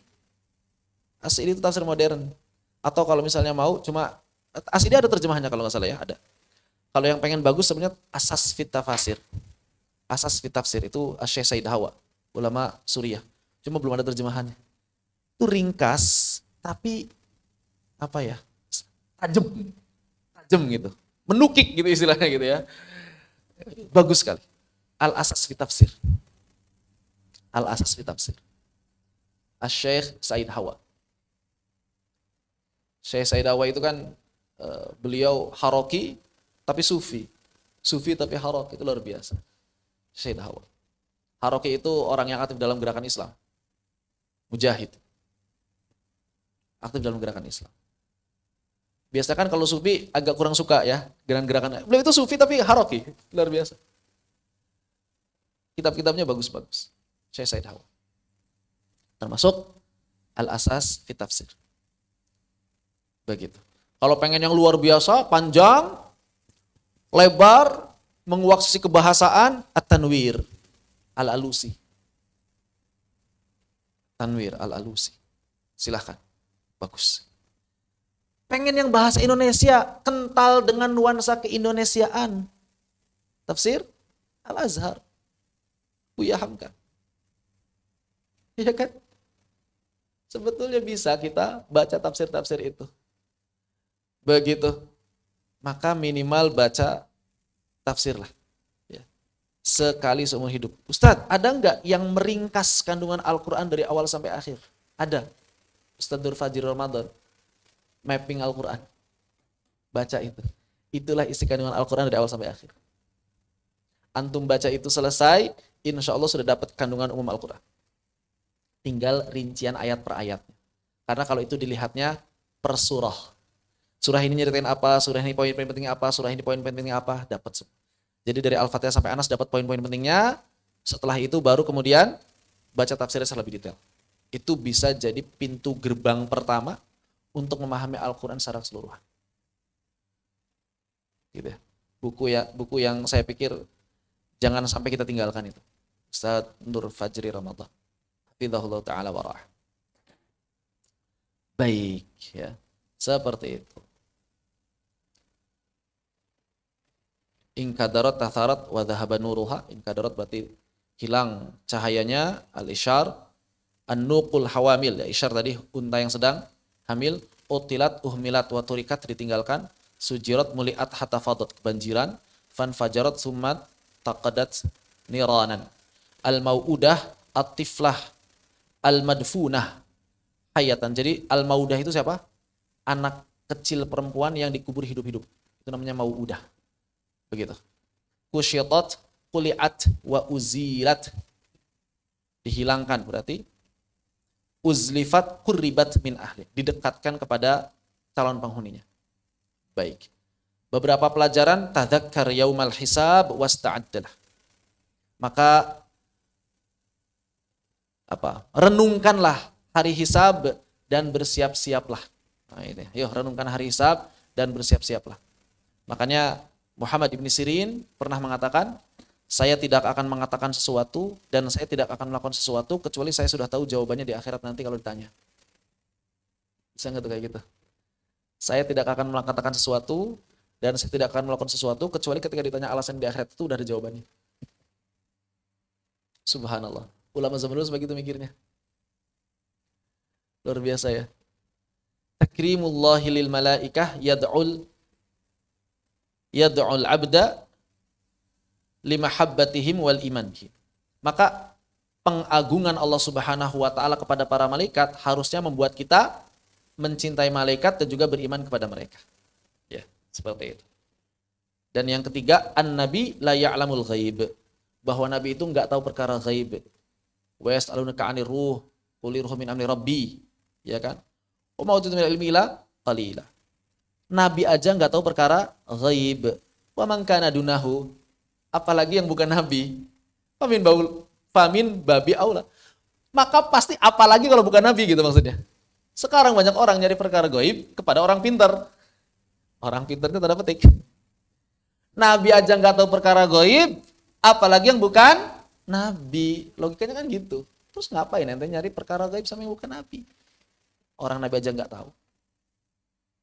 Makanya kalau misalnya ke dukun atau kalau ketemu dukun, ya gampang sebetulnya. Dukun kan pasti nanya kan, ada masalah apa? Lainnya nggak tahu. Selesai.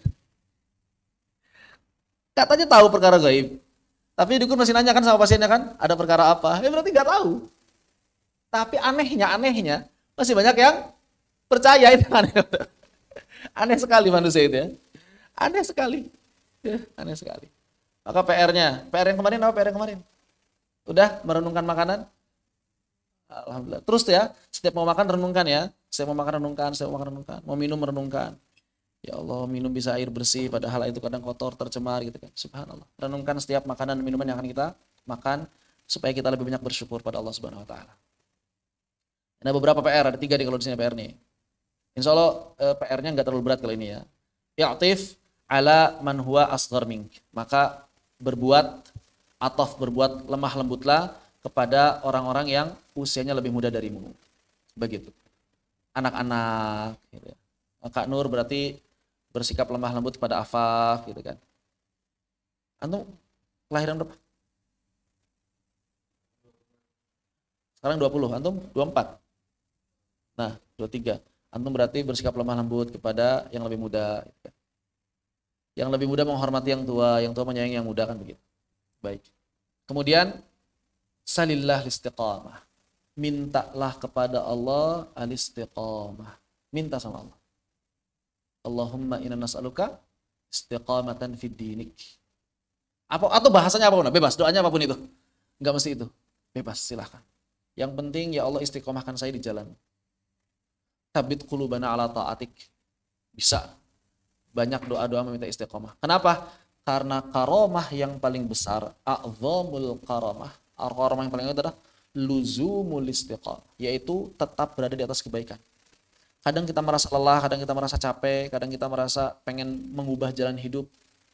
Itu sebetulnya perkara yang normal, wajar. Tapi jangan sampai keluar dari keridhoannya Allah Subhanahu wa taala. Keluar dari jalan dari Allah Subhanahu wa taala. Tidak masalah kita merasa jalan hidup kita tidak cocok, silahkan mau ganti silahkan. Ganti profesi, mau ganti kuliah, mau banting setir dari pekerjaan, itu nggak masalah. Itu tidak masalah. Bukan masalah sama sekali. Ada sebagian orang yang mengira yang dimaksud dengan sabar itu diem, nggak mau berubah begitu ya. Ente kenapa katanya nggak cocok kuliah? Ya saya sabar aja deh. Nggak gitu konsepnya. Kalau memang nggak cocok kuliah, pindah kuliah nggak apa-apa. Yang penting tanggung jawab, ada konsekuensinya. Begitu. Yang penting tanggung jawab, dan yang penting pilihan yang baru itu jangan keluar dari keridhaannya Allah Subhanahu wa taala. Jangan keluar dari jalan dari Allah Subhanahu wa taala. Bahkan ada pepatah dari Jepang apa? Kalau engkau salah naik kereta, maka turunlah di stasiun terdekat. Jangan malah terus ngikutin, nggak apa deh, lihat ujungnya. Kenapa? Karena ongkos pulangnya lebih mahal. Maka mumpung masih dekat, tentukan tujuan kita mau kemana. Sesuai nggak nih kereta kehidupan yang sekarang kita naiki dengan tujuan akhir kita? Sesuai nggak? Kalau belum sesuai, ganti keretanya langsung. Jangan malah, nggak apa-apa deh, saya mah hidup, ya ngalir aja lah, ikuti takdirnya Allah. Nggak ada iradah, nggak ada kudrah, nggak ada apa, ya nggak ada kekuatan, nggak ada keinginan, nggak, jangan begitu. Nanti antum menyesal. Jangan sampai nunggu menyesal di kemudian hari. Ya, banyak orang menyesal. Lebih baik antum ambil sikap, sehingga kalaupun tetap hasilnya nggak sesuai, setidaknya antum sudah mengambil sikap. Dan itu tidak akan ada penyesalan nantinya. Dibandingkan antum terus dalam keadaan yang tidak tepat, di atas kereta yang tidak tepat. Begitu ya. Daripada antum berada di atas kereta yang tidak tepat. Betapa banyak orang yang sudah usia 30, 40, 50 menyesal. Kenapa 20 tahun lalu nggak begini? Kenapa 20 tahun lalu nggak begitu? Kenapa 10 tahun lalu nggak begini? Bahkan kadang orang menyesal, kenapa kemarin nggak begini? Kenapa nggak dari dulu saya begini? Ya. Dan itu yang saya rasakan juga. Ketika sudah masuk kepala 3, ya Allah, kalau dulu begini, kalau dulu begini, kalau dulu begini. Tapi sudah terlambat. Maka antum jangan sampai merasakan penyesalan yang sangat banyak. Jadi antum harus berjalan naik kereta kehidupan sesuai dengan tujuan antum. Stasiunnya apa? Jangan sampai naik kereta yang nggak jelas tujuannya kemana. Cuma keliling-keliling doang. Cuma keliling-keliling doang. Jangan, sayang, usia sayang. Apa masih muda nih, sayang. Tentukan tujuan akhirnya apa. Ya. Lalu kemudian kita naik kereta yang sesuai dengan tujuan akhirnya tersebut. Begitu. Itu dalam konteks dunia. Dan dalam konteks akhirat tentu saja cari kereta akhirat terbaik. Sehingga kemanapun tujuan kita, tetap poin akhirnya adalah kebahagiaan di akhirat. Tapi bukan berarti di dunia nggak ngapa-ngapain. Silakan berkarya, silakan berprofesi, silakan apa yang antum inginkan antum lakukan. Selama di bawah keridhaan Allah Subhanahu wa taala, sehingga ujungnya jelas kebahagiaan di akhirat. Begitu. Ustaz, gimana kalau misalnya kita sudah senja usianya? Ya nggak masalah, memilih pun nggak masalah. Kita mau pilih jalan yang mana pun nggak masalah. Yang penting jalan tersebut adalah jalan yang benar-benar kita inginkan dan tidak keluar dari jalan keridhaannya Allah Subhanahu wa taala. Ya. Jadi antum harus, kalau yang masih muda-muda silakan pahami potensi diri masing-masing. Saya kira-kira cocoknya jadi apa? Berprofesi sebagai apa? Saya punya potensi apa saja yang bisa dikembangkan di dunia. Saya punya potensi apa saja yang akan mempermudah urusan saya di akhirat. Begitu. Nah, kalau antum sudah punya gambaran seperti itu, nanti ketika mau menikah pun gampang. Tinggal nyari yang sama arahnya. Tinggal nyari yang sama tujuannya, stasiunnya sama. Jangan sampai nanti yang penting nikah deh, jangan. Itu juga jangan ya. Lebih baik agak terlambat sedikit, tapi benar-benar memilih yang satu gerbong yang sama, satu kereta yang sama. Begitu. Jangan sampai, aduh saya udah ditanyain terus sama orang tua, nikah-nikah udah deh, daripada nggak nikah sama sekali lah, jangan sampai seperti itu. Jangan melakukan perbuatan secara gegabah, secara terpaksa, kecuali perbuatan tersebut adalah yang sifatnya ibadah ya. Kalau ibadah itu wajib dipaksa, tapi yang sifatnya duniawi jangan pernah terpaksa melakukan. Jangan pernah terpaksa melakukan, daripada nanti antum menyesal. Lakukan itu semuanya, jangan pernah terpaksa melakukan. Kecuali kalau memang keterpaksaan itu keterpaksaan melaksanakan kewajiban, itu wajib. Kalau melaksanakan kewajiban, melaksanakan sunnah, kalau bisa dipaksa, gitu ya. Tapi kalau perkara-perkara duniawi, jangan pernah terpaksa melakukannya. Rugi perkara dunia kalau dipaksa rugi, nggak ada untungnya sama sekali. Begitu. Seperti itu. Wallahu taala a'lam. Kenapa? Karena nanti di akhirat alimat nafsum ma ahdara. Karena di akhirat nanti kita akan melihat apa yang kita lakukan. Dan gak ada penyesalan lagi, udah gak ada tempat kembali kalau sudah di akhirat kan. Stasiun akhir itu. Begitu. Wallahu ta'ala. Demikian. Misalnya antum daftar agam, Akademi Guru Al-Quran Mukri. Harus sudah tahu nih, saya mau jadi apa. Jangan sampai ngapain antum daftar disuruh sama orang tua. Terpaksa, nggak akan benar, nggak akan dapat hasilnya. Ngapain antum daftar? Ngisi waktu luang aja saat aneh mau kuliah, nggak akan benar ini. Nggak akan benar. Harus punya tujuan yang konkret yang jelas. Ya, begitu. Jadi jangan sampai kemudian antum udah sibuk, habisin waktu banyak, lalu kemudian nggak dapat apa-apa. Termasuk kalau saya menceritakan kehidupan saya, dulu itu tahun 2004 saya lulus SMA. 2004 lulus SMA. Antum baru pada lahir? Apa udah lahir, Pak? Oh, belum lahir. Apa belum lahir 2004 saya lulus SMA, Pak. Sebetulnya tahun 2001 ketika lulus SMP, saya itu pengen pesantren. Sebelumnya tahun 98 lulus SD disuruh pesantren. Saya nggak mau. Kenapa nggak mau? Karena pernah nganterin anaknya tetangga, anaknya teman orang tua ke sebuah pesantren. Ternyata di sana banyak anak-anak yang gundul. Nanya, itu kenapa digundulin? Itu dihukum. Ih, nggak mau kayak gitu. Saya nggak mau jadinya.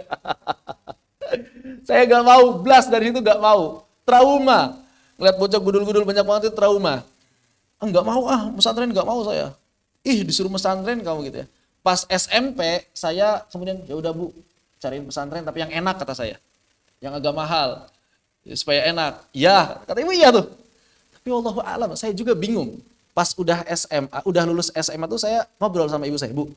Dulu bukannya mau masukin pesantren pas mau SMA. Ya, nggak jadinya kenapa? Nggak tahu, ibu juga lupa kan.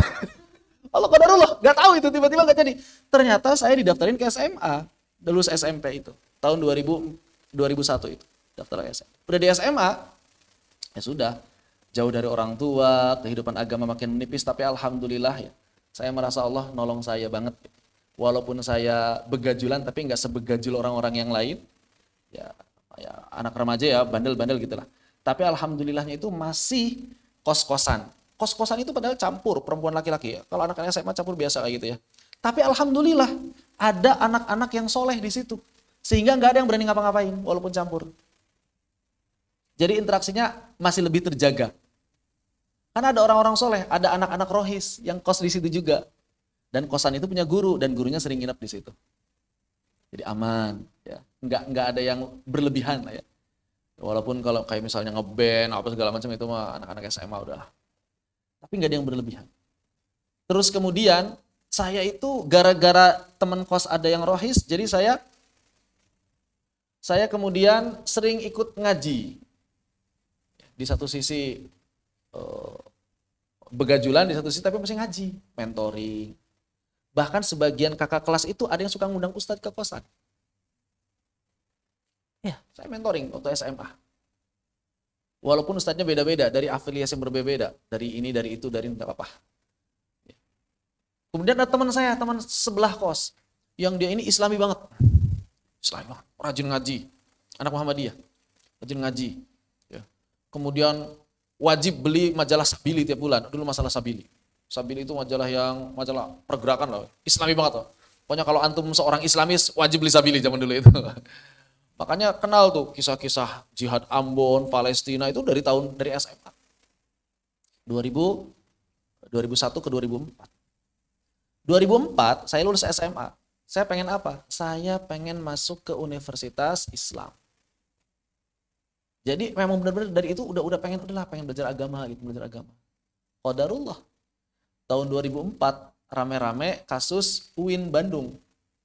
Apa kasusnya, ada yang tahu? Anjinghu Akbar. Jadi anak-anak akidah filsafat, ospek itu teriak Anjinghu Akbar. Anjinghu Akbar. Saya bilang ke orang tua kan, pengen kuliah di mana? Di UIN kata saya. Mau ngapain lu di UIN lu? Mau murtad lu?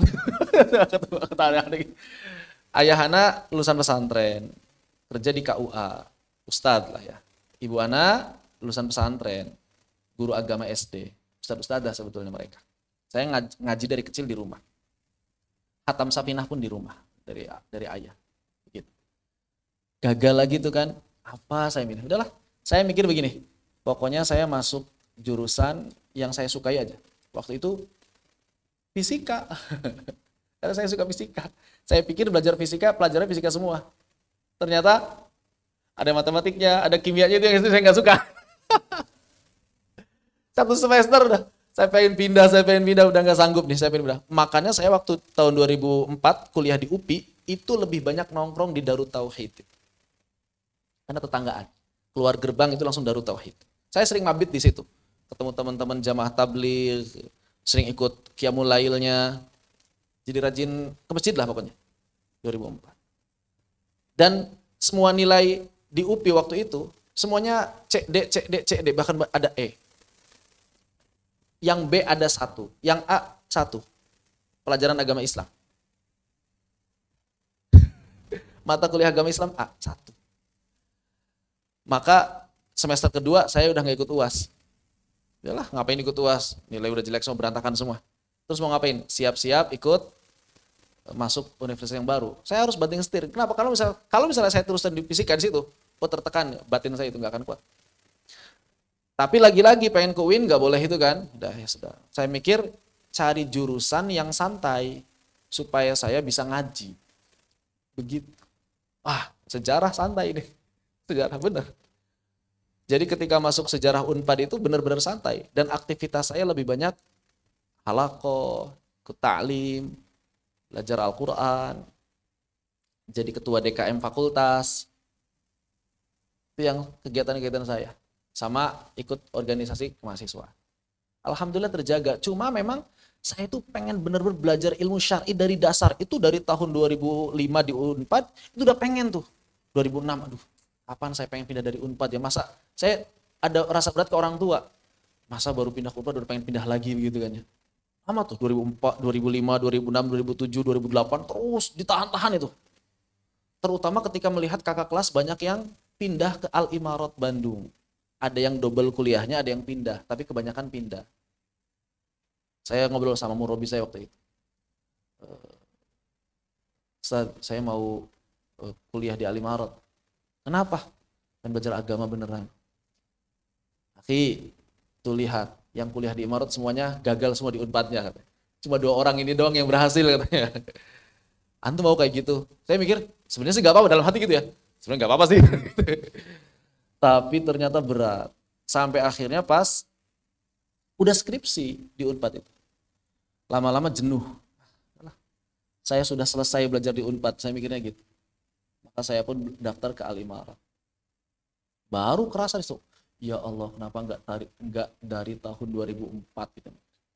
Ada 6 tahun yang dalam tanda petik itu terbuang. Sayang sekali. 2010 baru di Al-Imarat.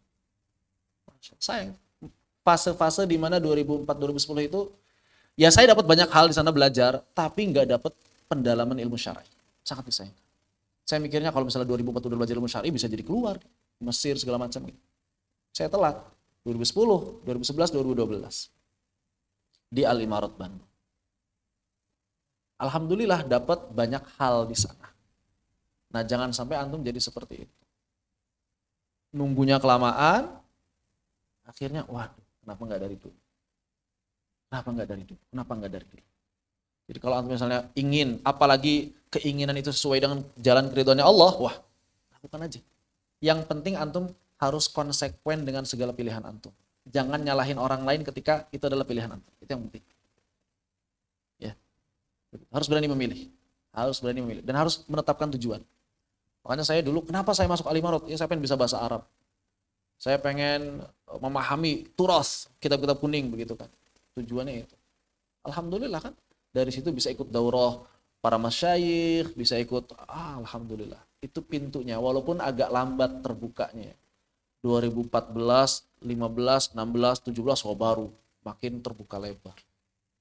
Mendapatkan kesempatan untuk menuntut ilmu dengan lebih banyak lagi. Tapi sayang, usia saya sudah senja, udah punya istri, punya anak. Apalagi sekarang punya antum semuanya di sini. Gak bisa saya tinggalin. Ya. Kalau nurutin ego, saya lebih baik ngajar online saja. Kalau nurutin ego.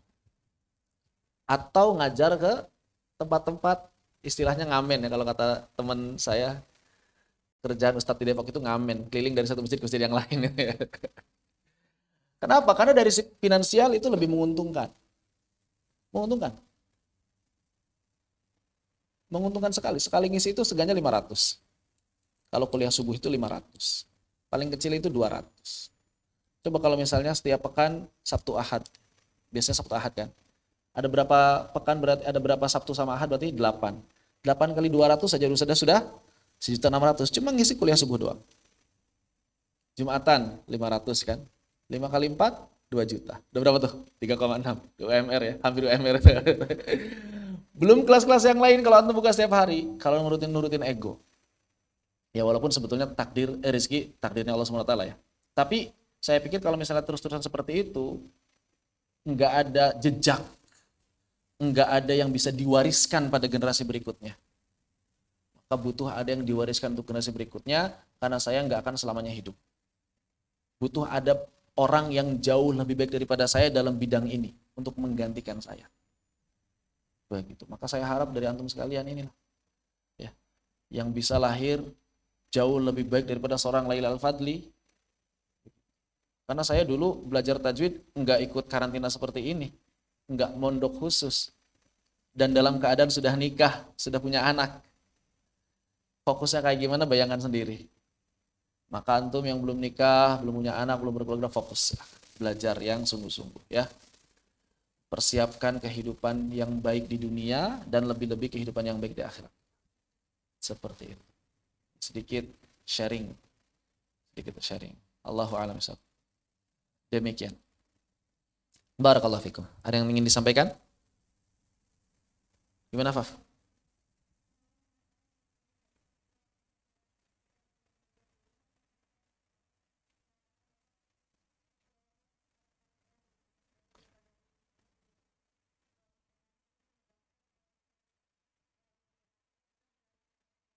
Mhm.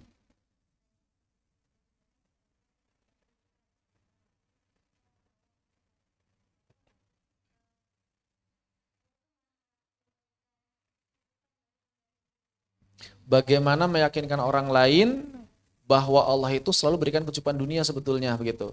Sehingga kita fokusnya akhirat aja, dunia biasa aja gitu ya. Gimana cara memberikan pemahamannya? Ini sebetulnya masalahnya masalah akidah. Jadi harus kenal Allah dulu. Jadi jangan langsung masalah itu yang dikasih tahu. Dia harus dikenalkan tentang Allah. Dia harus dikenalkan tentang konsep kehidupan yang benar melalui cara pandang Islam. Dia harus paham bahwa kita itu harus mengikuti Al-Quran. Dia harus paham bahwa kita itu dalam hidup harus mengikuti Nabi Muhammad SAW. Nah kalau dia sudah paham paradigma besarnya, baru kita tuh lihat di dalam Al-Quran. Harusnya begini hidup. Kalau konsep dasarnya belum dapat, dia akan nolak terus. Begitu. Apalagi kalau kemudian masih awam banget. Wah, harus benar-benar pelan-pelan. Sangat pelan-pelan. Ya, sangat pelan-pelan. Begitu. Dan saya bersyukur sekali di antara privilege yang saya miliki adalah orang tua saya, kedua orang tua saya itu orang tua yang terutama ibu ya. Ibu itu nggak terlalu menuntut dalam urusan dunia. Terutama ibu itu nggak pernah menuntut dalam urusan dunia. Bahkan sebetulnya kalaupun misalnya saya nggak ada uang, nggak ada kerjaan sama sekali, saya yakin ibu saya itu siap ngebiayain saya sampai sekarang pun. Itu salah satu privilege yang saya miliki, sehingga dalam menjalani kehidupan itu saya benar-benar terpengaruh dengan sikap ibu itu. Udahlah hidup mah, tenang, rezeki mah dari Allah, kayak gitu misalnya. Udah ada jalannya, yang penting jujur, bisa yang penting benar, kayak gitu. Kayak gitu. Jadi saya bersyukur sekali dari ibu itu seperti itu. Ya kalau buat orang awam itu harus dari akarnya. Apa itu akarnya? Akidah. Dibenerin dulu akidahnya. Gak bisa langsung diajak. Kita tuh harusnya ibadah tuh yang semangat, dunia biasa aja. Orang awam diajak ngomong begitu, lu gak ngerasain sih gue miskin kayak gimana gitu. Pasti kayak gitu. Ya kan orang-orang awam kayak gitu kan. Karena akidah masalahnya akidah. Padahal kan kalau kita sudah yakin bahwa takdir Allah itu pasti, kan kita nggak akan takut miskin harusnya. Selama kita bertakwa. Mana ayatnya? Wa may yattaqillaha yaj'al lahu makhraja wa yarzuquhu min haitsu la yahtasib. Masalahnya kan banyak orang awam yang nggak yakin terhadap ayat itu. Masa duit bakal datang sendiri, kita sholat doang, kayak gitu kan? Orang awam mikirnya. Padahal Allah itu punya segala macam cara untuk mendatangkan rezeki dari tempat yang tidak kita duga. Buktinya apa?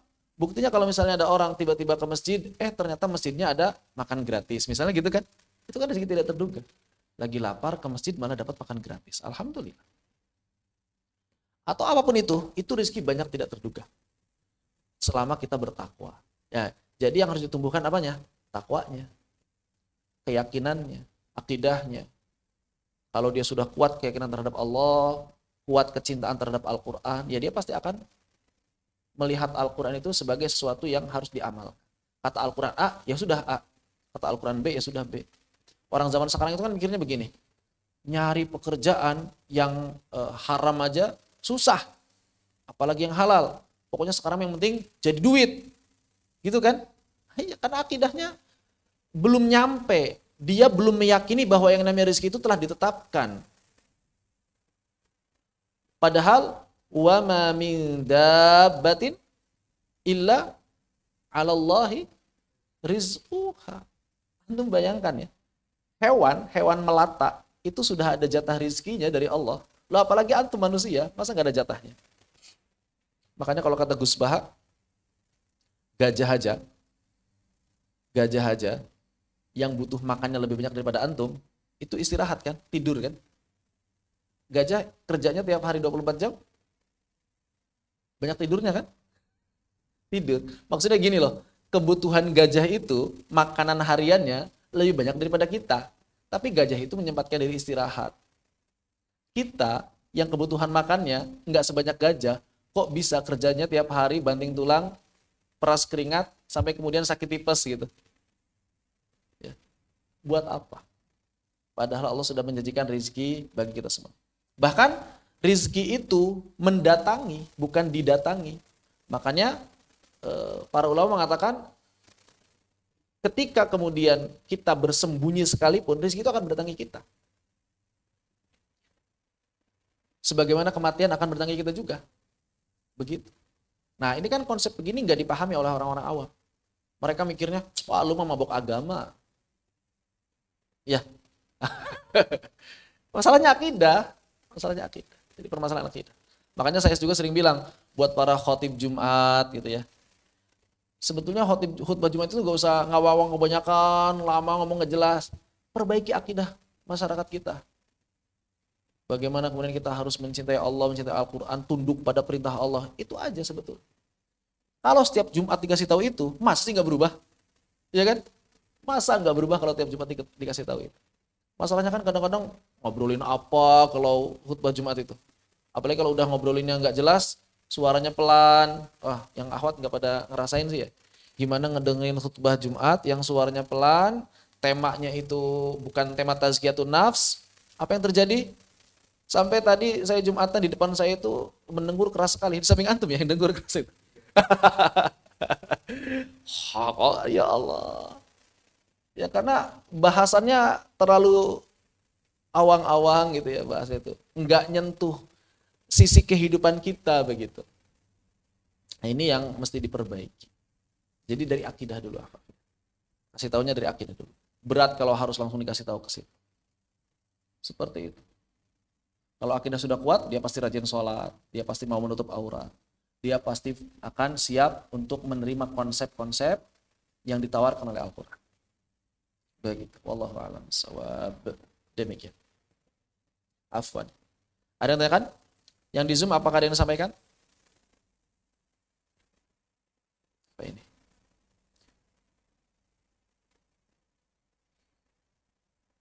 Cukup? Alhamdulillahirabbil alamin. Apabila demikian, ya tugas saya, semoga saya berharap antum semuanya bisa melaksanakan tugas-tugas tadi. Apa tugasnya tadi? Di antaranya ada 3. Yang pertama, berlemah lembut pada yang lebih muda, menghormati yang tua. Terus yang kedua, apa yang kedua? 3, istiqomah makan. Yang kedua. Oh yang kedua, ikmal. Ini belum. I'malil yaum amalan salihan. Nah, ini yang kedua nih. Beramalah hari ini dengan amal yang soleh. Maksudnya beramal solehlah kalian pada hari ini tatamanna sambil berhayal, sambil membayangkan antara hadiron amamaka yaumal qiyamah. Sambil berhayal bahwa di depanmu itu ada hari kiamat. Tuh kira-kira bisa nggak? Bayangkan di depanmu itu hari kiamat. Jadi lakukan amal soleh sambil bertamanna bahwa di depan kita itu hari kiamat. Ngebayangin bisa nggak tuh? Kayaknya susah ya. Berat. Maka kalau misalnya ada orang bisa membayangkan hari kiamat dalam beramal soleh, maka pasti dia amal solehnya habis-habisan kan? Nah begitu. Seperti itu.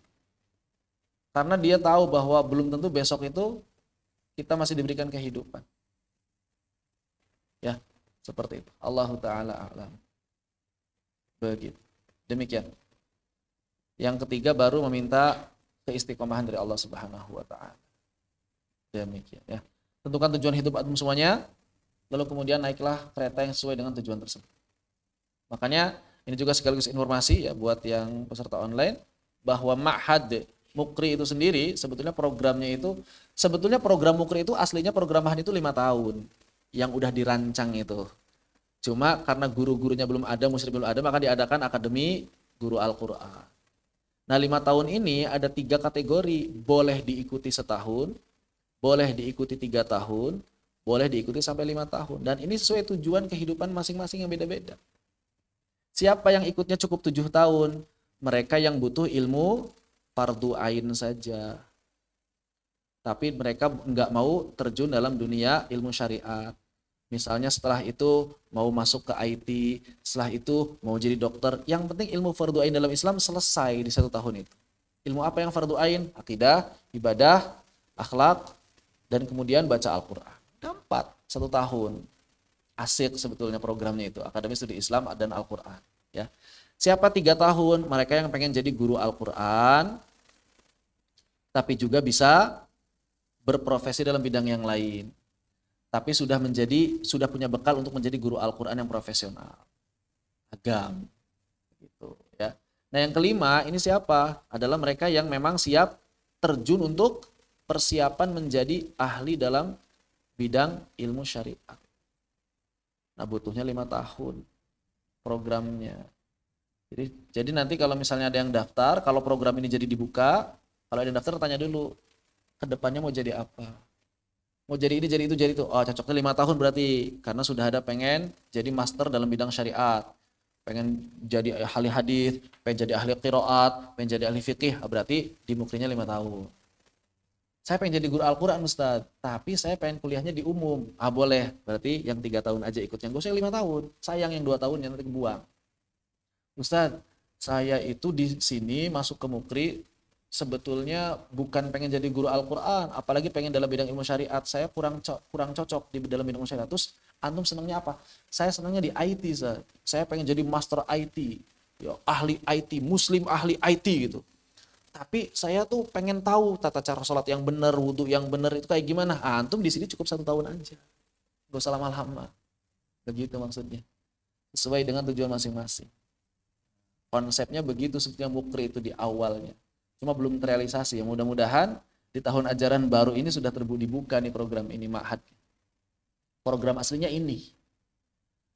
Begitu. Wallahu a'lam bishawab. Cuma sekarang jadi dipisah-pisah. Asik dibuat jadi 6 bulan kemarin kan. Terus agam khusus dipisah dari asik. Yang belum ini. Yang persiapan ilmu syariat. Sebetulnya kalau misalnya sistem perkuliahan di Indonesia kali di luar negeri ini bisa langsung percepatan S1 sebetulnya. Setelah di sini langsung S1. S1-nya cukup 1 atau 2 tahun. Bukan setengah ya, 1 atau 2 tahun. Kalau di luar negeri kan bisa begitu kan, ada S1 percepatan. Anak-anak SMP, SMA itu kelas 1 bisa langsung diterima di perkuliahan. Di Indonesia kayaknya belum bisa kayak gitu ya. Harus ada ijazah SMA ya. Nah itu sayangnya di Indonesia.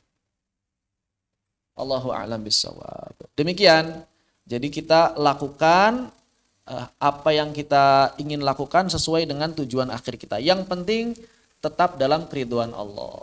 Mau 1 tahun Allah pasti ridho gitu kan.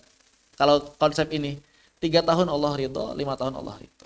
Enggak mesti semuanya jadi ahli ilmu syariat, enggak mesti. Umat Islam itu butuh dokter, umat Islam itu butuh ahli IT, umat Islam itu butuh pebisnis yang handal, umat Islam itu butuh ahli kosmetik, ya kan? Butuh semuanya. Maka kalau pengen jadi profesional, cukup 1 tahun aja belajar ilmu fardu ain. Nah, begitu. Jangan sampai jadi profesional, nggak belajar Islam sama sekali. Jangan juga. Allahu ta'ala a'lam fanaktafi bihada walhamdulillahi rabbil alamin. Semoga bermanfaat. Subhanakallahumma bihamdika asyhadu an la ilaha illa anta astaghfiruka wa atubu ilaik. Allahumma shalli afdhala salatina ala asadi makhluqatika sayyidina Muhammad wa ala alihi wa sahbihi wa sallim adada ma'lumatika wa midada kalimatika kullama dzakaraka dzakirun wa ghafala an dzikrihil ghafilun. Bismillahirrahmanirrahim. Wal 'asr. Innal insana lafi khusr illa alladziina amanu wa 'amilus shalihati wa tawassaw bil haqqi wa tawassaw bis sabr. Assalamualaikum warahmatullahi wabarakatuh. Waalaikumsalam warahmatullahi wabarakatuh. Jazakumullah khairan Ustaz. Barakallahu fiik. Wa jazakallahu khairan. Fadal kalau mau istirahat. Apa penginap sampai akhir Jazari?